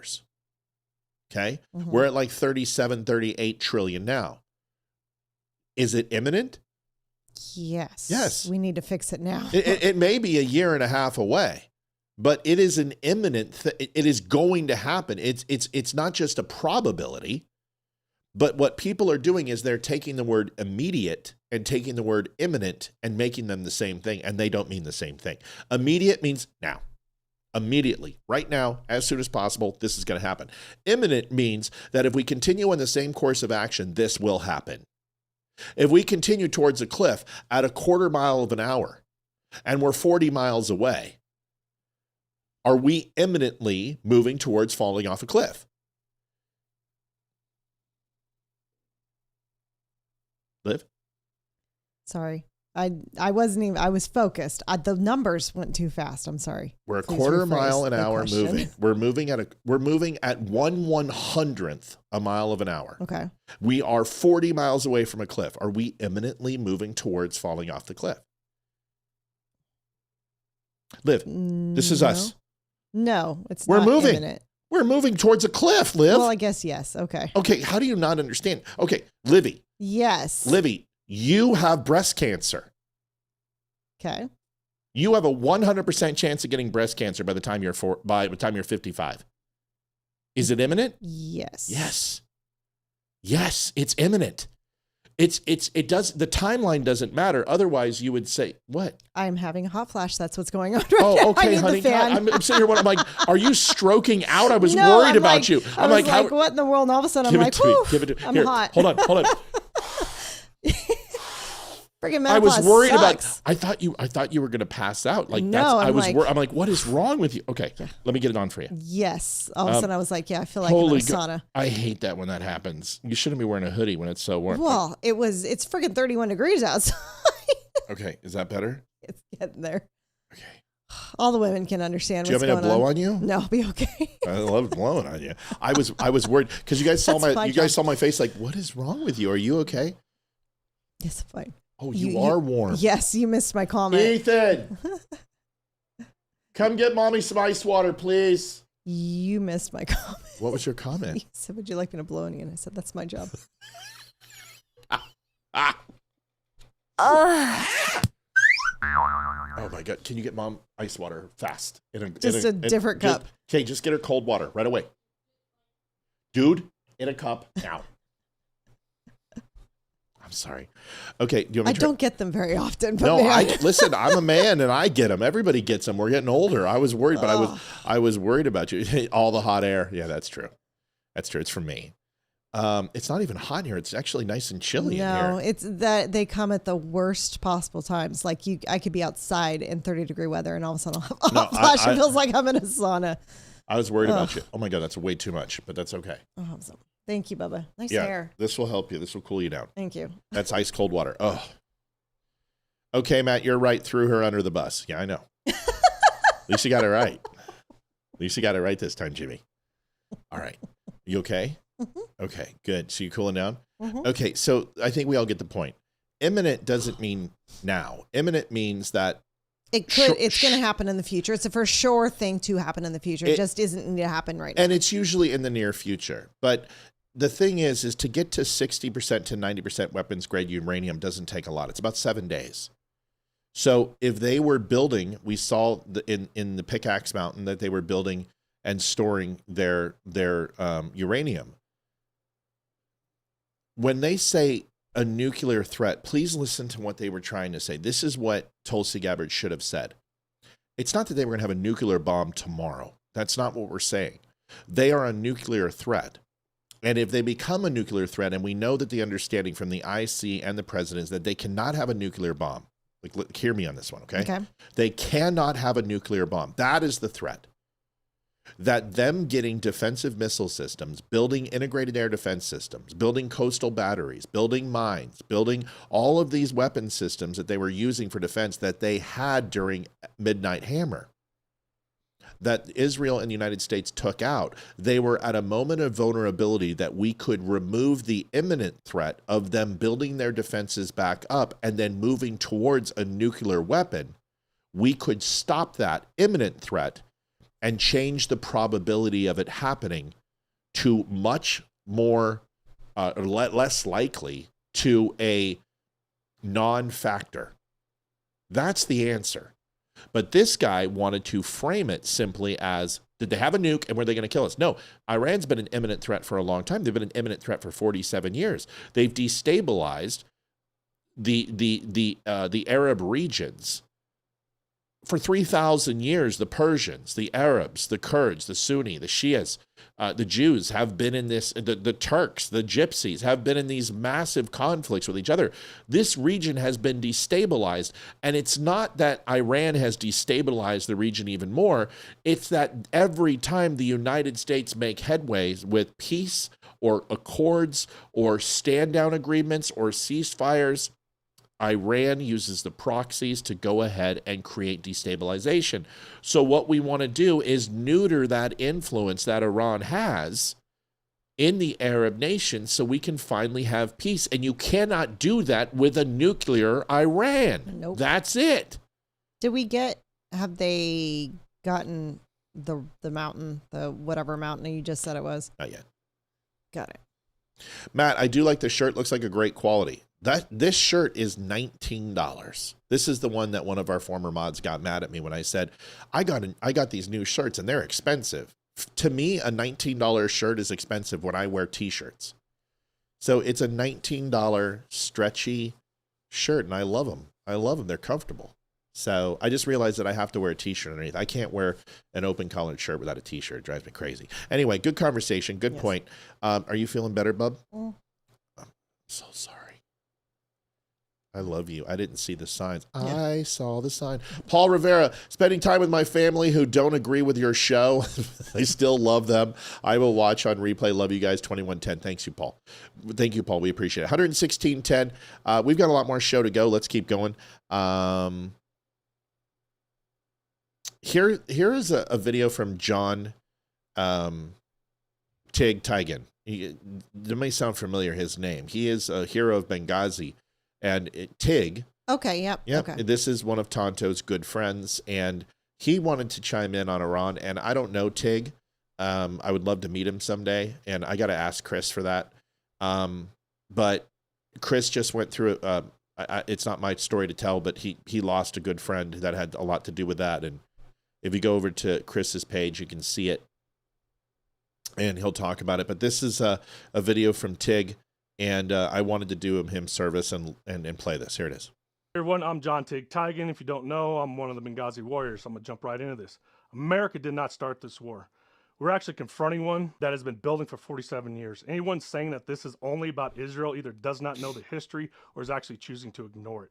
They're pretending that the blood on the ground is Israelis' blood when every single name on the casualty list is American. And to the jackasses who scream it's all started in 53 with the CIA coup, you can save it. Yeah, U.S. helped overthrow the Iranians' prime minister, but that was 26 years earlier. The Shah was actually our ally. But then 79 entirely different group of Iranians, radical Islamists under the Ayatollah, overthrew that Shah and created a new Islamic Republic and immediately declared war on us. Different regime, different leaders, different ideology, different people in charge. That regime that's been killing Americans ever since. You don't get to use something from your parents' generation as a free pass for 47 years of hostage-taking, bombings, killing, and death to America chance. So let's actually look at their record. 1979. Iranian revolutionaries store an American embassy in Tehran in November 4th. 52 Americans taken hostage, held for 444 days while a regime paraded them around blindfolded on state TV and their Ayatollah cheered. That was not Israel. Grab your hair. That was Iran declaring hostility towards the United States. Then Beirut, 1983, April. Iran and the proxies bomb our American embassy, kill 63, including 17 Americans. 6 months later, October 23rd, they drive a truck bomb into the United States Marine barracks and slaughter 241 American Marines in their sleep. Largest single-day loss of Marines since Iwo Jima. Not Israeli, Americans. Then Cobalt Towers in 1996. Iran's Revolutionary Guard and agents detonate a massive truck bomb outside a housing complex in Saudi Arabia. 19 Americans killed. Then Iraq, 2003-2011. Iran floods the battlefield with EFPs that kill 603 American troops with over 1,000 wounded for life. Not theory, not politics, American dead and injured, not Israelis. And it didn't stop there. January 28, 2024, a drone strike hits a U.S. outpost in Jordan. 3 American service members killed. Sergeant Williams Rivers, Specialist Kennedy London Sanders, and Specialist Brianna Moffett. Dozens more were wounded. Not Israeli, Americans. And it wasn't just a one-off, people. 150 attacks plus on U.S. forces in Iraq and Syria just the last couple of years alone, with missiles, drones, rockets. Americans taking the hits. So no, this did not just come out of nowhere. This is not ancient history. This was actually still happening. I don't want boots on the ground. Nobody does. I don't want another Bush Iraq built on bad intelligence. We're all sick of these endless freaking wars. I get it. But, I also don't want to pretend that this threat is not real. Because every time we ignore it, America's pay the price, not Israel. War does not wait for your approval. Sometimes it's just going to show up anyways. Iran did not start with Israel. Iran started with us in 79, Beirut, Khobar, Iraq, and Jordan. History is written in American blood, not Israeli. So the question is not whether this fight exists. The question is, do we end it or do we leave it for our children to deal with later, like our parents and our grandparents did? Semper Fidelis. Well spoken. Yeah, we've said it multiple times on this show. I've walked through the attacks. I've shown you the database of the 67,000 plus some odd terrorist attacks in the world. And the responsibility for Iran, over 80 some odd % of those were actually associated with Iran running proxy. They are a terrorist organization. They are a regime that needs to be neutered and clipped like a stray dog that bites people. And this is what they do. They go ahead and they bite, and then you go and you corner them, and you grab the damn thing and you hose it down, or you kick it or whatever, and it whimpers and it whines and it cries and it says it won't do it again, and then boom, it goes and bites the mailman again, over and over and over. And once in a while, after a time, no matter how much you love dogs, no matter how much you love and respect them, that dog needs to be put down. And there's a reason why when a dog bites a third person, that dog gets put down regardless. That's right. No matter what. Take your cable on your mic arm. See how the metal, all the way down, the metal's coming out? Oh. So just pull the cable out towards you. Yep. There you go. All right. I didn't want to scare the living hell out of you when the cat came by and knocked it over. So what is the man's name? John Tigan. And if you look up and you take a peek at the Benghazi and the Heroes of Benghazi, you can actually buy Tonto's book, 13 Hours. He's in it. Or go watch the movie, 13 Hours. He's in it. But Tig from Benghazi, he's one hell of a good dude.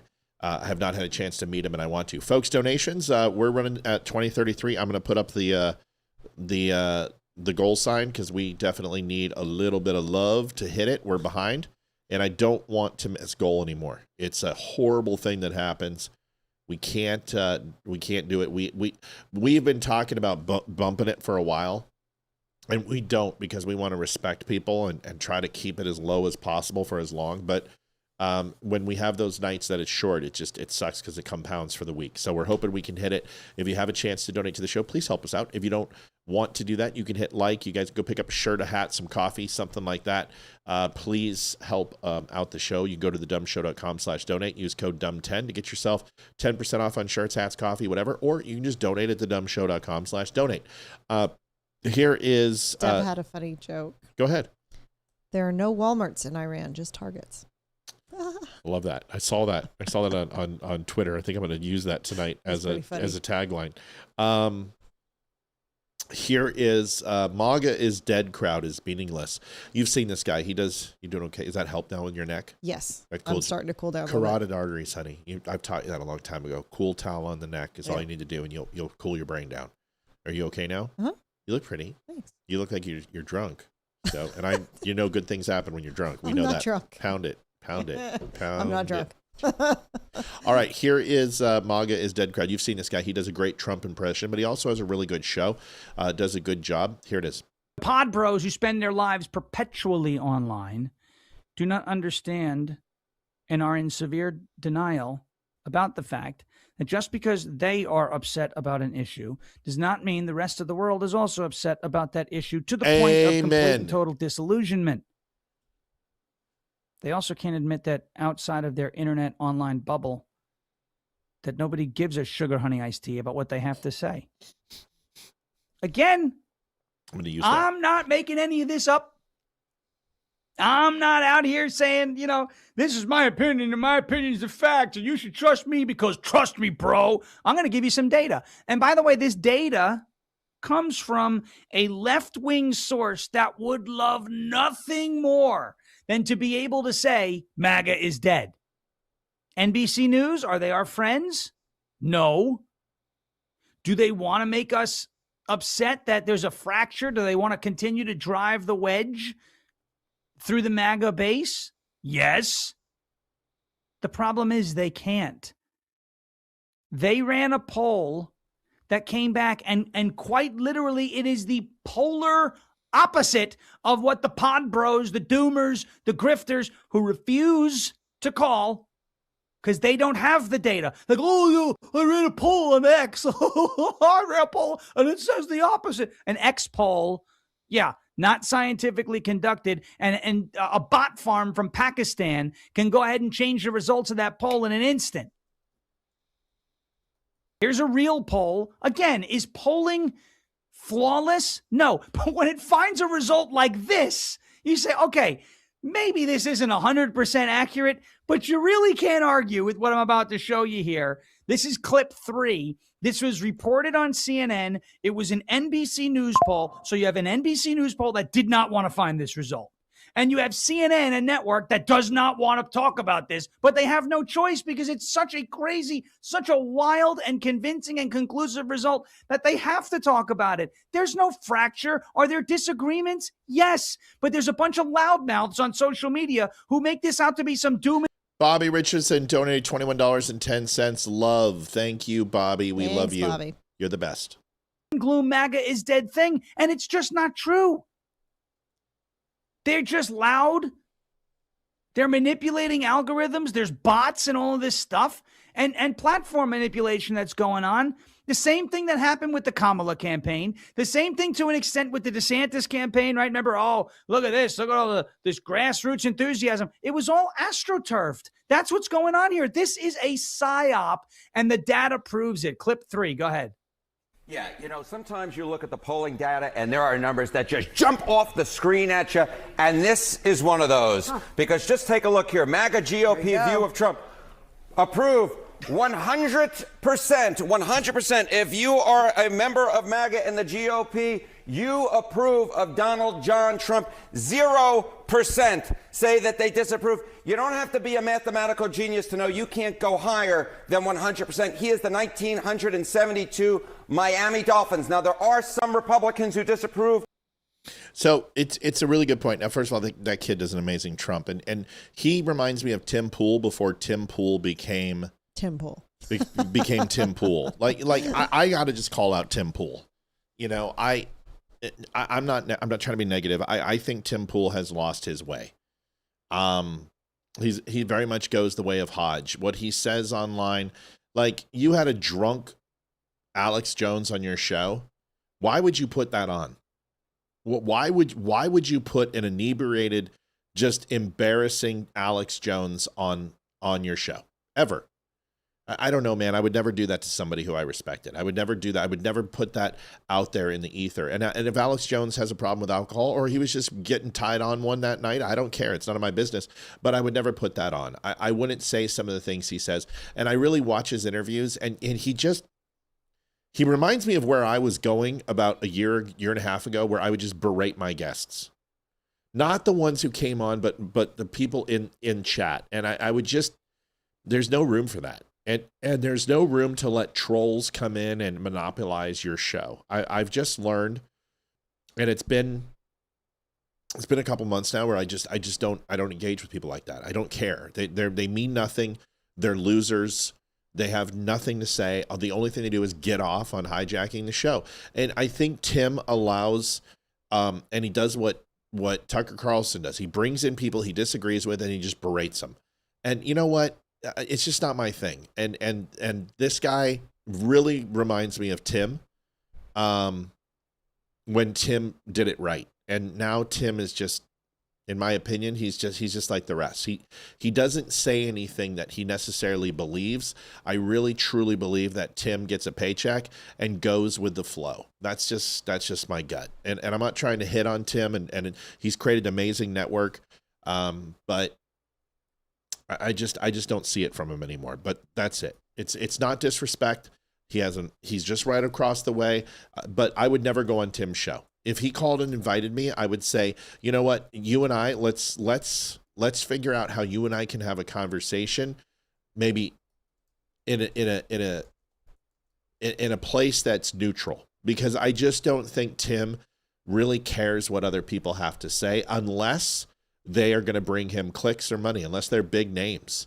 I saw the way he treated Damani, and it's like, dude, you have Damani Felder, who is probably one of the most loving and intelligent human beings next to you, and you tapped him like 3 or 4 times an entire. Yeah, he was pretty much. Dude, why are you not talking to Damani? Why are you going and I can't even remember the guy's name from Project Veritas. I'm just like, why are you, dude? You got Damani there. Why are you double booking guests? And this is. He seems. What happens on those shows, the few I've watched of him, is he's got his regulars. He's got that chick yep. that who aren't even really regulars anymore. But he'll do the regulars, and it seems like that Project Veritas guy has been on there a lot, and he just constantly goes to them. He doesn't go to the person he invited one time, like Damani. Right. And it's like, if you're only going to do that, then why not just have your staple people? Yeah. And just do that. Why invite new people if you're not going to get their perspective and their point of view? And that's the whole reason we're having a guest in. Like Roseanne Barr. Like, he treats Roseanne with, like, I treat, in my opinion, every guest the same. I don't care who it is. I treat him the same. And I think Roseanne Barr is on, and he goes, oh, well, Roseanne Barr is super popular. And if I challenge her or push against her, she may not come on. Yeah, James O'Keefe. That's right. If I push against these people, they won't come on anymore. And I'm sorry, I don't, if you're not, like, I've disagreed with Barry. I've disagreed. Tonto and I had our conversation. We didn't have any conflict, but we didn't necessarily see everything eye to eye. You should be able to have a conversation and emulate what you preach. And if you believe that a conversation that has some conflict in it is a good thing, then you should have it. Like, that's the one thing I would love about Andrew Wilson. I don't think Andrew Wilson can show appreciation to another person while he's in a debate. I've never heard him say, you know what, that's a really good point. I haven't thought of it that way. I've never heard those words come out of his mouth. And I would challenge Andrew Wilson before we even start talking. Listen, you're a much more proficient debater than I am, and you're probably going to mop the floor on me with most subjects, and I'm going to mop the floor with you on others. But I have a question for you. Have you ever admitted that you were wrong, or have you ever possibly given someone some accolades in a conversation and said, that's a really good point that I didn't think of? Have you ever said those words and the answer is no? And says, well, now I know this is the one thing I'm going to try to achieve during our conversation. Everything else matters moot to me. I want to hear you say the words, wow, Matt, that was a really good point. I didn't think of that before we leave today. That's my goal. What's yours? That's the difference between me and other people, is that I'm not interested in having a bro debate. I want to have something that we can achieve in a mutual accord, a mutual conversation that we both benefit from. Otherwise, why the hell are we doing this? But if Andrew Wilson was in front of me, that's exactly what I would say. What's yours? And what's he going to say? You're going to start, start going ahead and drop, oh, well, that's a fallacy, logical fallacy. I mean, you're just making a conundrum, an enigma wrapped up in a riddle. Well, you can word it all you want. But if this is a debate bro, then I've already lost, because I'm not a debate bro. I just want to have a conversation with somebody. And I want to learn something from somebody. So that's my point on Tim, is that I don't think he's interested in having a conversation with people. Oh, there's Bethany. Mm-hmm. Good. All right, let's go. Sorry, Tim, you haven't invited me on your show in 5 years. I don't think I'm going to get an invite anyway. Kathy Hochul. Oh, my gosh, this is great. So I got a Mom Donnie clip for you, and I got a Hochul clip for you. Folks, donations are open. We got 19 minutes to hit goal. Here is Mom Donnie, who is starting to feel his bass. Feeling his bass. Thank you for subscribing, CD. This is interesting. I think Mom Donnie is probably going, oh my God, I've created Frankenstein's monster. What am I going to do? Watch this. Politicians that constantly reaffirm Israel's right to exist. Because people like me are constantly attacked by politicians for standing up for Palestine, and you are constantly defending the right for Israel to exist. My family is in Palestine right now, constantly under attack, and I'm hearing you say free Palestine, but also Israel has the right to exist. Don't be hypocritical. Don't be hypocritical and say free Palestine when you're also defending the right for Israel to exist. It does not have the right to exist. It does not have the right to exist. It's not your land to say it has the right to exist. Woo! Well, guess what? It's not your land to say it doesn't have the right to exist either. So yeah, and you're gay, dude, and I can hear it in your voice. My gaydar goes off, and you would be stoned to death if you were to go over there with that family that's over in Palestine. Listen, Mom Donnie, you gotta control your people, dude. You're just gonna get more of the same. You're gonna get more of the same, and people are gonna start. That is gonna be. I'm not going near New York City. It's kind of crazy, you know. I mean, this is what you created, and Mom Donnie, he just sat there and he just took it. He just took it. So it's like this is the problem that I have. I don't appreciate people like that. Like here, I hate to say it. From a human standpoint, that's embarrassing. To sit there and have someone just scream at you and just dress you down in front of your family, dress you down in front of. But these are the people that you curtail to. These are the people that you've created. How does it feel? How does it feel to be the man? You sold out, dude. You were the person who was calling for River to the Sea. You were the person who was screaming at the Tennessee board to ban guns. You were the person who was throwing shit at officers. Now you're the man. And maybe, just maybe, you might have to realize and eat a little bit of humble pie that what you thought you knew when you were on the other side of the tie wasn't exactly the truth. And now that you're wearing the tie, you have to go and defend yourself to every single action or inaction. And I don't envy you. This is why I don't run for office, because what I've realized is that it is an effort in futility. You are literally trying to boil the ocean. You are trying to empty the ocean with a pail. It's impossible. If your job is to go into politics to make people happy and become popular, which is what he's doing, it's impossible. It is just absolutely not going to happen. It's like trying to replace regime change by killing Iranian leaders. There are more hardliners than you have bombs. You are going to have to inspire the people to rise up in Iran and take it over. And if you want a movement in New York, the only way you can do that is inspire the people of that town to make the changes that you're looking for. And this is not the way. You have to do what Rudy Giuliani did. He had to put things that were improbable and impractical in place that the New York people disagreed with stop and frisk and other draconian type laws, which is what you have to do when you lose the city, when you lose the populace, when it turns to crime. You have to put in and remove the rights. I know that sucks, but that's what was created. That's what's going on in Chicago. That's what's going on in Detroit. That's what's going on in Baltimore. You have to go in with a guard, and you have to, unfortunately, declare martial law in order to bring peace and justice to that town, because you have let it gone so far astray. Yeah. Here's Kathy Hochul, Liv. I want you to listen to her because Keith Baker, $125. Keith, thank you, brother.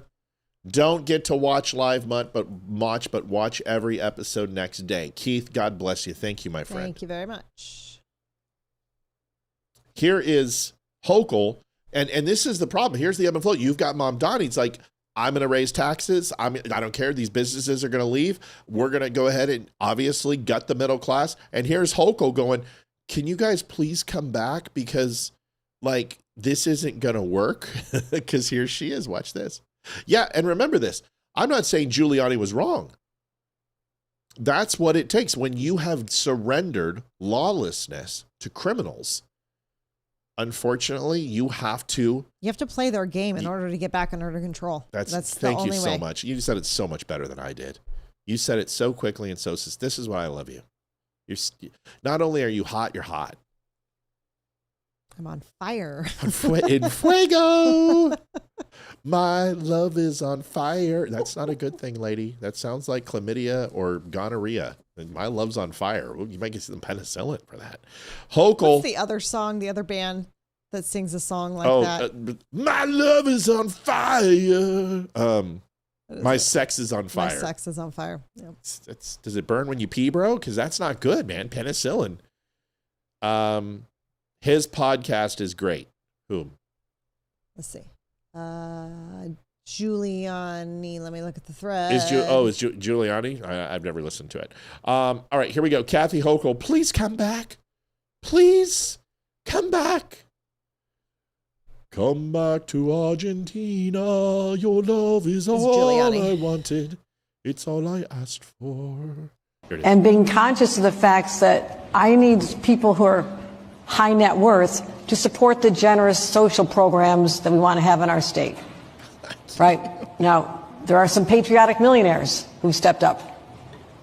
Okay, cut me the checks. I mean, just if you want to be supportive, but maybe the first step should be go down to Palm Beach and see who you can bring back home, because our tax base has been eroded.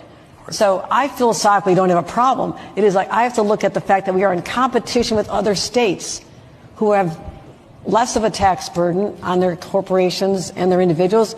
And I would say remote work changed everything. Throw me a frickin' bone here. I'm the boss. Need the info. There were people who could only work in an office in Manhattan or work in New York State, and they were captives to our state. They were going to stay. We saw that that's not the case. I mean, Wall Street businesses looking at Texas, they're not going there because they have a nicer governor. I know that for sure. But they're going there because of the tax rate. We have to be smart about this. But we can fund what we want to fund with what we already are taking in. They're going there because Texas is free. And Texas doesn't have zoning laws. And Texas doesn't have an overburden of regulation. And they don't throttle businesses. Texas actually is a fairly free business area when it comes to overall burdens on taxes and regulations when it comes to throttling businesses. Why do you think Apple's there? Why do you think Tesla moved there? These are massive companies. You're talking Fortune 15s. Comcast moved most of their call centers into Texas. There's a reason why. She needs to get her house in order. That chick is loony bats. I mean, and you know what she's saying? That Mondani. She is. Pretty much. It's pretty crazy. I did a group text introduction to you and my friend John Reed. Cool. Lois Bentley, thank you very much. Appreciate it. Thank you, Lois. Thank Philip for me as well, if you would not mind. I got to text him back. Lois Bentley, 2110. Thank you, Lois. You're a sweetie. 283.30. We're really close to goal. We're going to get there. We only got 10 minutes left, but trust me, we're going to get to all these videos because we have a huge video hockey game to watch. The Avs, unfortunately, have dropped, 2 in a row? Yeah. And it's Dallas at home. And we're at home, but we're sick. But so's Dallas. Like, the COVID has been going through the Avs, so they've been playing pretty shitty. I'm hoping we need this win tonight. We got to be done. You really got to. It's either go by 1 point or be up by 5. You do 5, you pretty much are going to win the Central. But if you go down, you're bringing them right into it. Now we do have a game in hand, but we need this win. I want to see. We need to utilize this because we got to see a win tonight. Be the game in Wedgie's hand. Starting tonight too. Laughing at drones. Olivia found this one. This is kind of the new game. You're so pretty. Can I just tell you? I mean, seriously, every damn day, you just take my breath away. Thank you. Appreciate it. Yeah. Moving on. Yeah, she's a tomcat.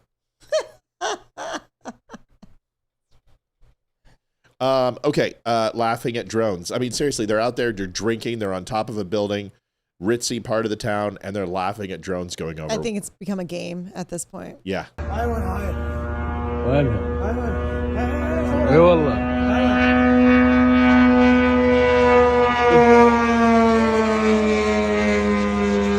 Let's go up there.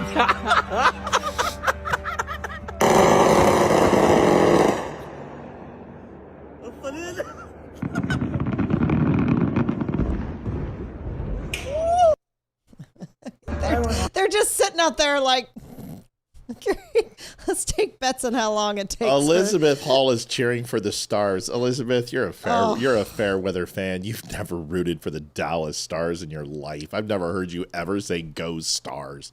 If you can name one player on that team, give me a break, Elizabeth. Name one player. There are a couple Dallas Stars fans in this chat, and you ain't one of them. Just fair weather fan. That's what happens when you live in Oklahoma. You should be a Colorado fan before you'd be a Dallas fan. Whatever. All right. I'll let you be a Dallas fan. That's okay. Listen, hockey's great. As long as you're watching hockey, I don't care. Just watch hockey. I don't think we need this win tonight. What I don't want to do is get to the final game of the season because I think we play them on the 28th too, and it's in our barn, and I don't want that. This is going to be interesting. Okay, Elizabeth, I'm going to ban you. Don't be annoying. Don't spam in my channel. Oh, Don't spam in my channel. What? There, I thought she said "Let's Go Wild" too. No, that was Hillstrom. No, Hillstrom's like "Let's go." No, it's fine. There's nothing wrong. I don't mind the rivalry. I'm not talking trash. I'm just like, don't be obnoxious in my channel because I'm just going to give you a 24-hour ban. It's just going to happen. So, yes, I have back in 1999. What year did the Dallas Stars move to Texas? And what state did they move from? Do you want to? I'm going to prove her wrong right now. Mm-hmm.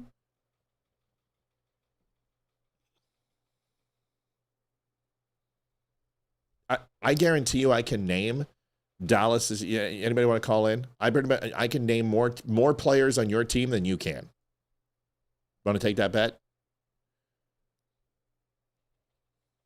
All right. Oh, dude, she's Googling right now. Come on, Elizabeth. Elizabeth says sorry. Oh, sorry. Don't say sorry. Don't say sorry. The one thing is challenging us on hockey. Yeah, we're pretty big fans. It comes down to this. Dallas has an amazing team. We both know that was a 1-goal game. Game 7. Most of the times we've played Dallas, it's never been a blowout. Most of them have gone to Game 7. Dallas has the edge. They beat the Avs. Not always, not when it counts, but the only thing I really care about is cups. We've got 3 of them. Minnesota's a good team. Minnesota has upset the Avs too, but we dominate Minnesota, even in the playoffs. Now, but they came back from a 3-1. So now, we used to not. No, we made mistakes. No, we still did. We've had the edge. Joseph, we know you know. We know you know that all that. So, yeah, I saw that video, Sherry. I don't have it tonight, but I do have a couple of others. And listen, I love the fact that everyone here talks hockey and people are starting to really love hockey. That means the world to me. Like the fact that you guys have taken, some of you have always loved hockey, but a lot of you haven't. And you started watching because of the show. And I love that you guys are Minnesota Wild fans. I love we have Dallas fans. Is Shelly? She says I like the Filipino kid on the Stars. She's talking about Robertson. Robertson. He looks Asian. Jason Robertson probably would be one of the only Filipinos on the Dallas Stars. I was going to say, I think he's the only guy who looks any There's type probably a of good Asian. chance that he's Filipino. I guess that makes sense. Dark horse, Pittsburgh Penguins. I don't think they have enough to get the cup, but the Penguins are a very, very good team. I think they might get to the second round. It just depends who they face in the first. And Pittsburgh has a good team. They have good goaltending. They have they're very, very strong. They obviously have the offense. The question is can they roll more than 2 lines? And the answer is no. And that's going to wear on them. But they could be a first round upset, and there's no doubt. The thing about Pittsburgh is they just decisively beat the Avs the other night. But you also have to remember that we're out 4 of our, we have our entire top line is gone. You got Gabe Landeskog out, you got Lehkonen out, you got Colton out, and you've got Colton's out now too? Yeah, and Lecky, Colton, Landeskog, AOC. and LOC is out. And then LOC our entire defensive core has had COVID and the rotavirus. And they've just been getting their asses handed to them. And you can tell because our defense has been sucking wind. Anyway, let's move on. Here, Kenny Powers, hey, he says to you, Liv.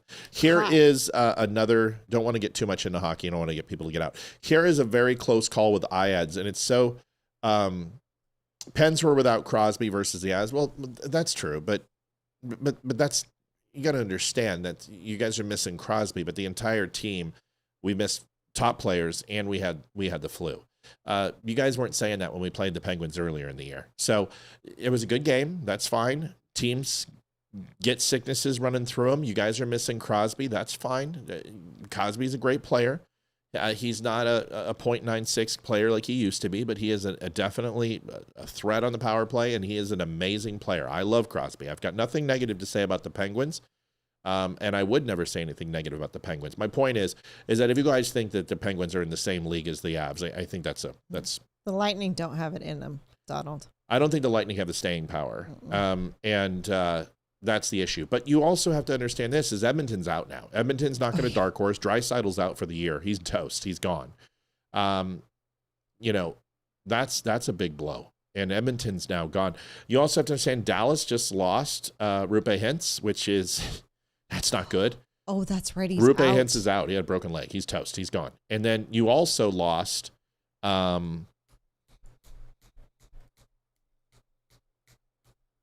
Heskinen's playing injured too, and that's not good because Heiskanen. He was injured at the beginning of the year. Yeah, he's still injured. He's not playing 120%. But you guys lost from San Jose. Oh God, come on, Joe. Come on.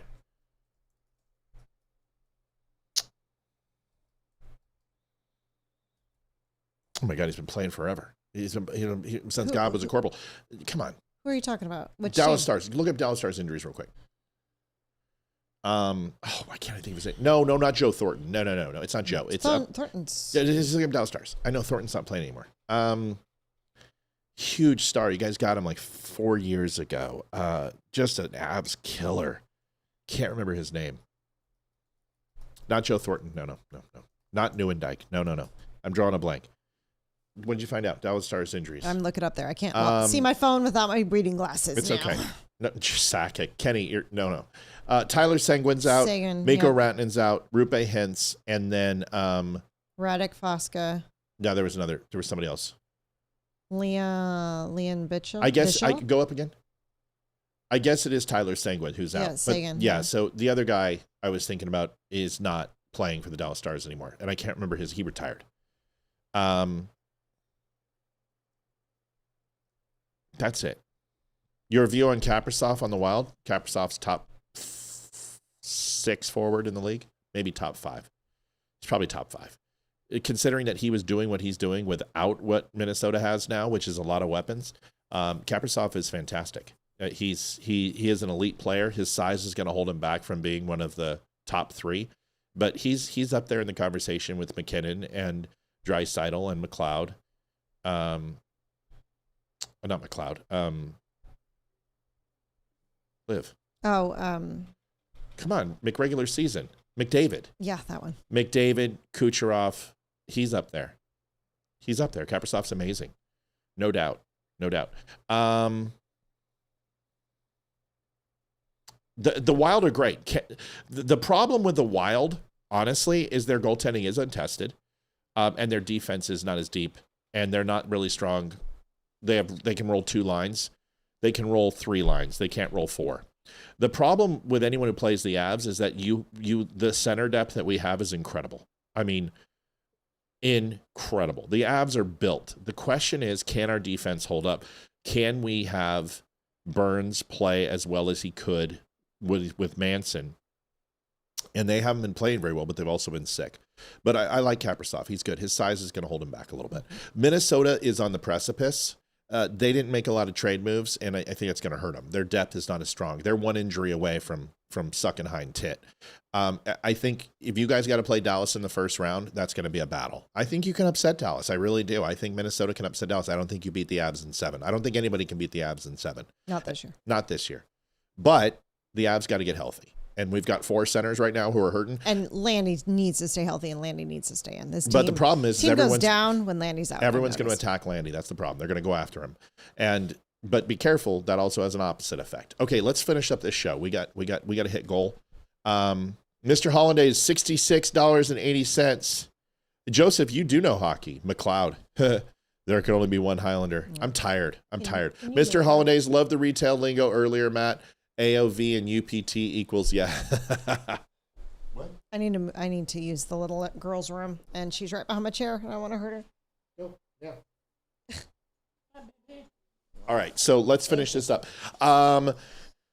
Laughing. Here's the close call. Liv got to see this. This is the integrated air defense system. You guys watch. There's going to be a short range ballistic missile coming in, and you're going to see. I haven't even looked at which system it is, whether it's the THAAD system or Iron Dome. I'm pretty sure it's not Patriot 2. I'll tell you what it is in a second.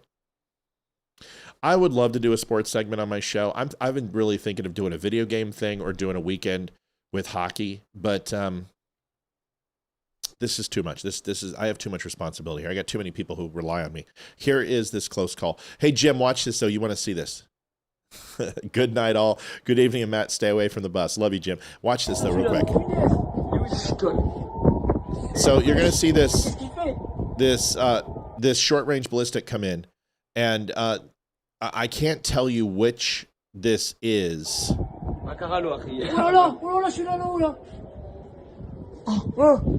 Yeah, that's a short-range ballistic. You can see it's coming in top down. So this thing's in a free fall. This rocket has its target. It's locked on, and it's coming in.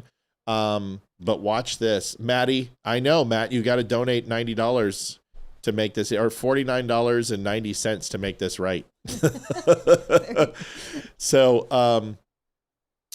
at 8:30, do a 10-minute sports comment. We'll see.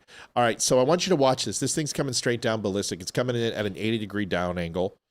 Pretty much standard for most of these things. They're going to use glide slope and then some assisted burner on this, but most of them are usually in a controlled drop at this point using terminal velocity. And then you're going to see, when this thing is literally probably 300 feet off the ground, you're going to see this defense system. Stabar, subscribe. Thank you, Stabar.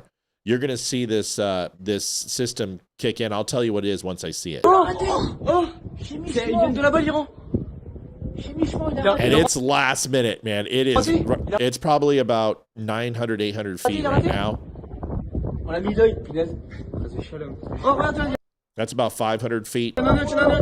Okay, now in the lower right-hand corner there where you see that noise light, the light pollution here, you're going to see, I'm going to say that's probably, that's not Iron Dome. It's actually going to be a lower base system, so it's probably going to be THAAD.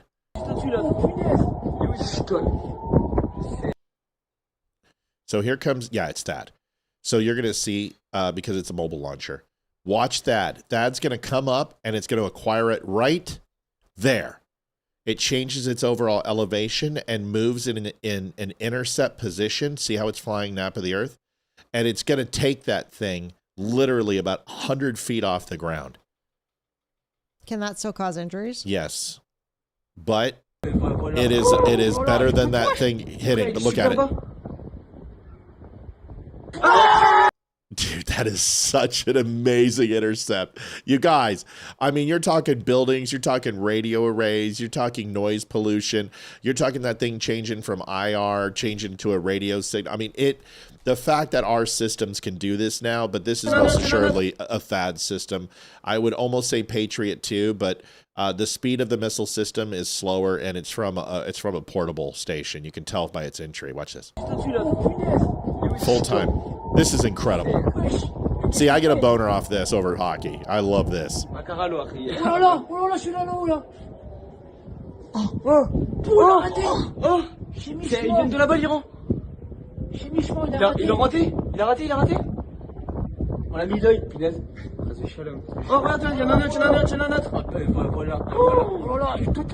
Watch it speed up. Oh, so sexy. Like Olivia and I said, it seems to be a game on this. Greta Thunberg, I got to show this. This is great. Greta has... Howie! Fucking Howitz. Oh, I'm sorry. Fucking Howitz.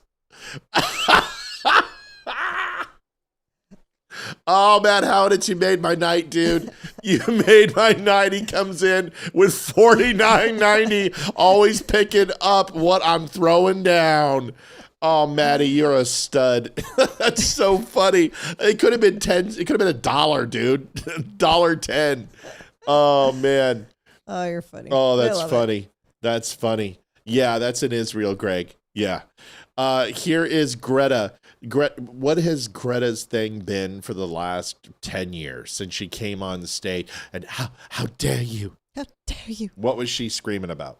She was screaming about global warming and environment crap. Fossil fuels would destroy all of us soon. We were all going to die. Well, now she's bitching that Cuba isn't getting oil. It doesn't get better than this. It is what we decide now that will define the rest of humanity's future. And whether we choose to do that or not, if we don't, it will be a death sentence to countless of people. And it is already a death sentence to countless of people living on the front lines of the climate crisis today. We need to talk about what's happening in Cuba right now. As the Trump administration... She reminds me of a guy I beat the shit out of in grade school named Tommy Lohman.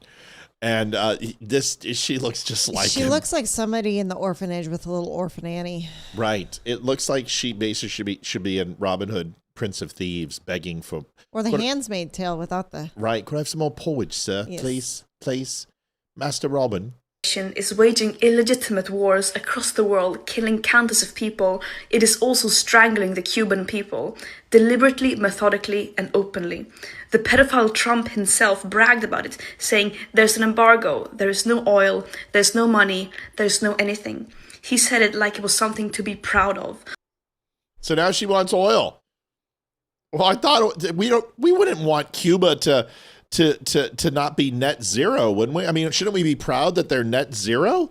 Isn't that what socialism strives for anyway, is starving all of its people and taking all of their energy and their freedom? I'm good. I think we give Cuba exactly what it wants until they're to a point where they can't handle it anymore. And then we bring them in and make them the 51st state. I love it. Cuba, there's only one rule. You have to vote Republican. Where is she from? Yeah. Denfuckistan, or I don't know. She's a Scandinavian of some sort. I don't know. Sweden? Norway? Finland? Her accent sounds French, so I was just... She's Scandinavian. Look it up. You've got all the tools that I've got. I'm going to say she's Norwegian, Finnish, Denmarkian, Dipshitian, Thunberg? Yeah, whatever. Scandinavian. Sweden. Like my name is Helga. I'm from Sweden. Nice. Yeah. Californians are morons. Just absolute morons. Lord Farquaad from Shrek. Oh, yeah. Dulop is the perfect place. Wash your shoes, wash your hands, wipe your face. Dulop is the perfect place. Okay. Look at this. This is a full-fledged habitat for everything from mountain lions to monarch butterflies. But you can also see the various habitats being designed here, from rock habitat to different slopes where animals large and small will not just travel over this, but actually live. What's left? Well, we're about to enter the final stage of construction. This structure is pretty much done, but we have to build the secondary structure over Agora Road so that the animals will not touch pavement at all. And what you're going to be seeing here is dirt fill be putting in, but also these utility lines you see have to be underground and relocated for us to finish. That's a part of the project a lot of people don't know about. That is a part that we are paying for as part of the project, which is to underground electrical transmission lines, which will make this area buried. We will then begin building the structure over Agora Road to connect it to the landscape right there. Again, reconnecting the Santa Monica Mountains to the rest of the world. All right. Let's listen. Hold on 1 second. California's Wildlife Crossing Bridge is $21 million over budget, a year late and still not complete. The project began in 2022. According to the City Journal, the price tag on it was $114 million. The bridge was built so animals like butterflies can use it, according to Wallace Annenberger Wildlife Crossing leader Beth Pratt. Pratt claims the $21 million overage is due to inflation, tariffs, and labor problems. It's because there's no Mexicans. There's no Mexicans. Get her. God, good luck. I'm pretty sure that the people in California just love to see that their tax dollars are going to build a bridge for butterflies to cross over the road, because butterflies totally need that bridge. Instead of, building up the water reserves or doing some maintenance. So stopping the fires. And then after the fires, when all the trees are gone, you get the mudslides and maybe a little bit of infrastructure, maybe get rid of the homeless. Riley says maybe a bridge to Terabitha. So good. Most people don't get the reference. It's okay. Bridge to Terabitha. A bridge too far. Storming the beaches of Normandy. The Forest 10 Guns of Navarone. Bridge to Terabitha. My God, I haven't heard that in forever. For butterflies. I know. Kat says that's why I can't afford air conditioning. So stupid. All right. Do they understand how butterflies travel? Because it literally says it in their name. They hop from plants to plants, But I'm just curious.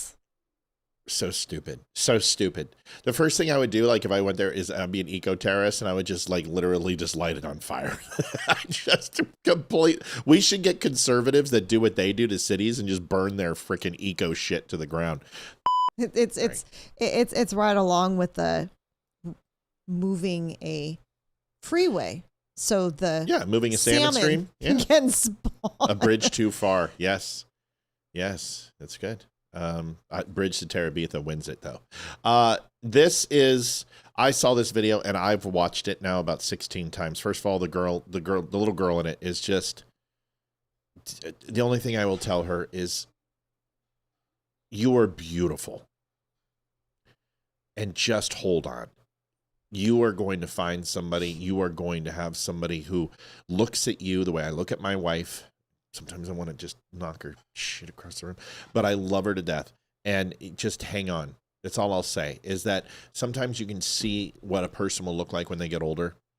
And she is going to just break hearts, and you can tell she's hurting and she's struggling. And this thing spoke to me. It brought me back to my youth. It brought me back to, working with veterans. And I just, this moved me. And Tony Robbins, the thing I want to show is that Tony Robbins talks to her. He uses the Lord's name in vain, and he gives her tough love. I will explain to you. Olivia's seen me do it. And she's seen me help people who are in bad spots or employees. Is coddling people is not always the best way. And sometimes you gotta give it to them direct. And I gotta give Tony Robbins credit here. This is risky. Because some people are like, oh my God, you're gonna drive this person into suicide. No, he is reaching her and he is getting to her level. And I've done this a million times. I'm not a psychologist, but I'll tell you what, I try to make people understand that the transfer of pain and suicide, it doesn't leave. You just give it to other people who loved you. And it's one of the most selfish things you can do. But this video is incredible. And we're probably going to end it on this. Watch this, please. You're suicidal? Yes. Yes, and how do you know? I've thought of myself. How many of you have thought of yourself? Please raise your hand again so I can just get a good flavor here. Almost everyone in the room. I've tried to kill myself. Are you that pathetic and so unskilled that you can't even take your own fucking life? Are you that stupid? How hard is it to kill yourself if you really want to kill yourself, my dear? Extremely hard, because then you get flashbacks, and I remember all the things that my mom has done for me. So the truth is, if you yourself, what would it do to your mother? She's told me that she wouldn't have a purpose. She would what? Wouldn't have a purpose. It's more than that, isn't it? Yeah. Talk to me authentically, my dear. Please, because if you want assistance, I'm more than happy to help. And if you don't, I'm okay with that too. I'm not here to just give you attention. I'm here to give you my attention for a purpose so that you can have more freedom. But I can't do that if you play cutesy with me. And you know goddamn well that it wouldn't just take away your mom's purpose, honey. What would it do to your mother if you yourself?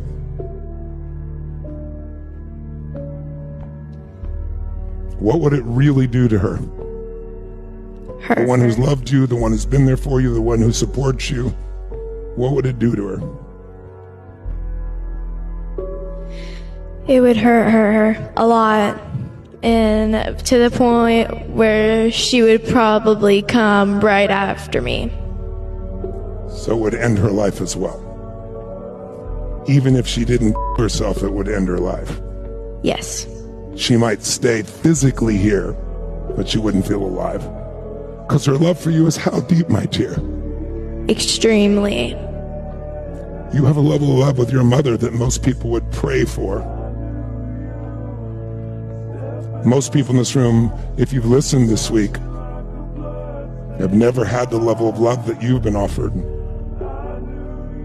And they've had the same thoughts you've had at some point. But they woke the fuck up and they grew up. At any age, you can grow up at 50 or 30 or 12. Now, you're not required to do any of this. You have the power of free will. But it's not without consequence. And you're not evil. And you're not a mean human being. We can all act mean at times. But is that who you are? No. No. Wow, powerful. It's her, they say it's in the eyes. Crazy's in the eyes, and so's love, and so's fear, and so's longing, and like that video kicked my ass. I think I've watched it like 15 times now, because you're just seeing her. It reminds me very much of where Hayden was when she was younger. That age, actually. Yeah. 12 is a hard age when you're a girl. It's the start of puberty, and your body is changing, your hormones are changing, your mentality and emotional level is changing. And I would say probably 11 to 13 are probably the 3 hardest years for a girl. And 12 is smack dab right in the middle of it, because so many changes, and you have no idea what to do with those changes. You don't understand what's happening to you. You don't understand getting boobs. That is a scary thing for a girl. It really is. Seriously, that is so scary when you're younger. You're like, what are these things? I don't get it. And other things that girls get at that age are extremely scary. And then dealing with, the emotions, and then a lot of the times teenage girls don't feel like their moms care about them. Yeah. And it compiles. It does. I love Tony Robbins. He is one of my favorite human beings I've never met. I would love to speak with him. I think he's incredible. Yeah. And trust me, that helped. I know people, when you become a purveyor of people and a studier of people, who you can say those things to and who you can't. And you've heard me. I mean, like, I've pushed people, and I have always been good at knowing how far I can push and how far I can't. But man, he's good at what he does. And it was just a beautiful, beautiful story. And her reaction is where a lot of people have been. It takes a lot of courage to commit suicide. People say it doesn't take, it's the coward's way out. No, that's you.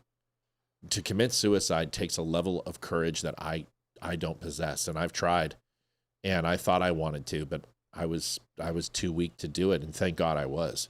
The people who truly want to kill themselves succeed. And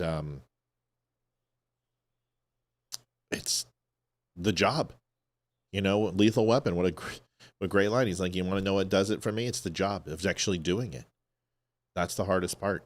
And once you can admit that it takes a level of strength and courage to want to do that, then what could possibly happen if you're not afraid of that?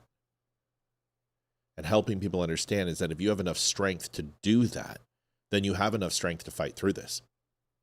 And speaking for me, from someone who has been there. Yeah. And honestly, talking nice, and basically you're just placating them. Yeah. And you're actually getting them closer to that point, because they don't want your sympathy. They want your help. And your help is not enabling them. It's like an alcoholic. If you're an alcoholic, it'd be like giving an alcoholic a drink and saying, here, you need to drink this, as opposed to going, no, mother effer, you don't get this. I don't care what you want. You're not drinking this. Yep. They need tough love. And if it wasn't for tough love, mainly from him, I don't know where I would be or where we would be. He's done it twice, and I needed it both times. And if he wouldn't have done what he did and pretty much said, one day he looked at me and he goes, if you're not doing this, I'm taking the kids and I'm out of here. You got 72 hours. And you know what? It woke my ass up to go get help. So and vice versa. And vice versa. And you have given me that conversation of, I need more from you, and you need to make changes, and earlier in our lives, but definitely needed it. And I just returned the favor. And it wasn't that bad. It was, you're either going to go and I'm going to check you into a hospital, or I'm done. And and I'll go with you and I'll support you and I'll be with you the whole step of the way. But this is a critical mass, and you are no longer allowed to choose where you go because you're the problem. Mm-hmm. And that's what they need. A lot of people don't think of it that way. They think that if you are too direct or you are say something that could be hurtful, it's going to push them over the edge. No, it's not. Yeah. Because they have been placated too long, and that's why they're at where they're at, because no one's helping them. No one's told them. No one's told them and helped them. And honestly, being tough on them is giving them that hand that they need to help them out of the hole they're in. Yeah, and sometimes they just need to be listened to. Like, that's the thing, is everybody wants to solve everyone's problems. And, you know, when I've faced that with people, the thing is dude, that sucks. And I've got nothing for you. I cannot navigate this for you. You're going to do this alone. However, those moments that you need someone, you have someone. But I can't be there when the demons come. I can't be there at 3 a.m, but you can pick up the phone and you can change that. You will face this alone if you choose to, or there's somebody who can help you through the process. So I love that video, and I continue to watch it because it's important, you know. Got a couple other videos. I think it's a good time for tonight. 21:30. A good little overtime. Abs are coming on. Yep. I want to say thank you to everybody. If you're in a position where you're struggling or you're hurting, we have the Veteran Crisis Hotline number at the end of this. You guys can take a look at that and call, and they will not turn anyone away. We always support that and always support people getting help. And if you need to talk to us, we're here too. We've helped many people through it.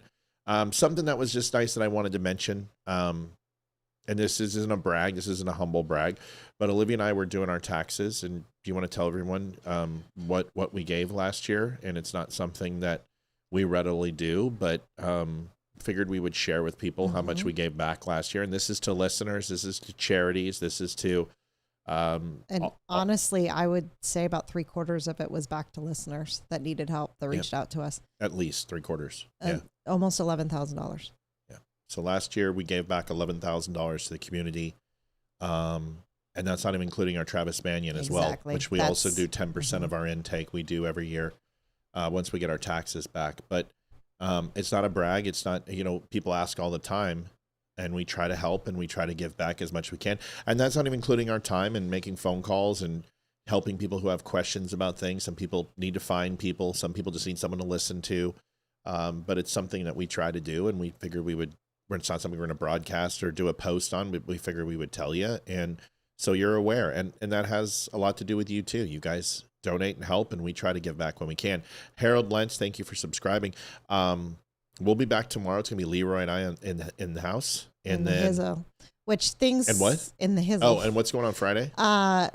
Friday's just me and you. Okay, just wanted to make sure that we didn't have anybody coming. In the next few weeks, things might be changing up with who's on what nights on the show. Yeah, because we have baseball with Ethan, and I'm going to be going to his games on Saturday, guaranteed, but I can't make them on Wednesday. He's got, starting the 15th, he's got games every Wednesday. So I talking to Leroy right now, see if we can switch Wednesday. He'll be on Wednesday and I'll be on Thursday. So I'll still be here 3 days a week, just a little different.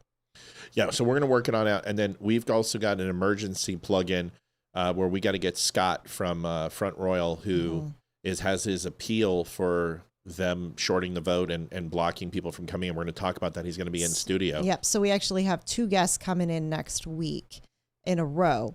And it's because Scott needed to come on ASAP before the appeal, which is the 31st. And we wanted to get that story out ASAP. So we've got this is going to be heavy. So folks, remember with the donations, sometimes we might have a guest for 2 hours or so. And, you know, that's when is Friday a Jacket Friday? Yes. Yes, Friday. Oh, yeah. Friday is Jacket Friday. I Jacket totally Friday, forgot. too. So Thank you, Thomas. we're busy. So just keep doing what you're doing. Keep sharing. Also booking other people. I wrote somebody today and they emailed me back during the show. So we're going to get them booked. And And then you're going to be reaching out to Laura Logan, too. Yeah, I have my list.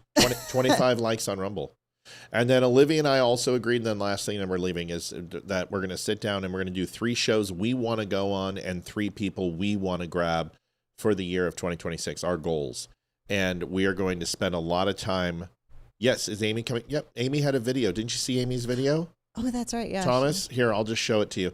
Amy has I've been showing this video, and I thought you guys had a chance to see it. Yes, Amy, I'll just let her explain it to you. It's easier when she does it. because she made a video Hey for dummies, everybody. it's Amy. I just wanted to pop. And here is her video. Yes, she's been busy, y'all. She's been doing a lot. It's not us. We love her, but she has been super busy. But yes, she is coming back. Here's her video, just to give you guys a heads up. In 2 seconds.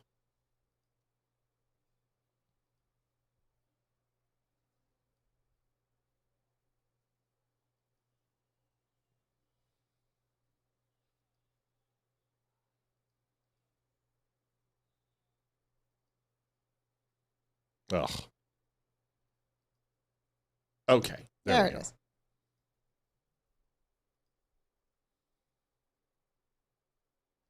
All right, here you go. Maybe. Oh, shut up, puppy. Dude. Okay. Maybe we just play it without showing it. I got it. This is an easy fix. It just took a second to do this. Just 1 second, please. Hey dummies, it's Amy. I just wanted to pop on really quickly to say thank you so much for your continued support during my absence. I know I haven't seen you guys in a really long time and I miss all of you so very much. I can't wait to be back on live with you. I still have a few more things to take care of in my personal life and with the transition into my new career path that I'm on, but I hope to be back in a couple of weeks. I really miss all of you. I appreciate all the support you've given me. I am praying for you all every single day, and I can't wait to see you all very soon. Bye. All right. So there's proof of life, folks. Proof of life. So she's alive. We are not doing anything that we shouldn't be. Loretta says, I missed so much when I was in the hospital and nursing home. Loretta, we hope you're doing okay. We love you. We appreciate you. I hope everyone's okay. We will be back. See you guys tomorrow. See you Friday. Make sure you guys share, like, and subscribe. Thank you for all the likes, 111. That's what we're looking for. See you guys tomorrow. Thanks for a great show. Thank you for all your donations. It means the world to us, guys and girls. We love you. Thank you. We'll talk to you soon. Night, y'all. Good night. Adjusting transmitter output. This is the Don't Unfriend Me Show with your hosts, Matt, Leroy, Amy, and Olivia. Geopolitics, military analysis, and election coverage. Coming to you live on all major social media channels at The Dumb Show. Honest, direct, unfiltered. We can agree, we can disagree. Just don't unfriend me.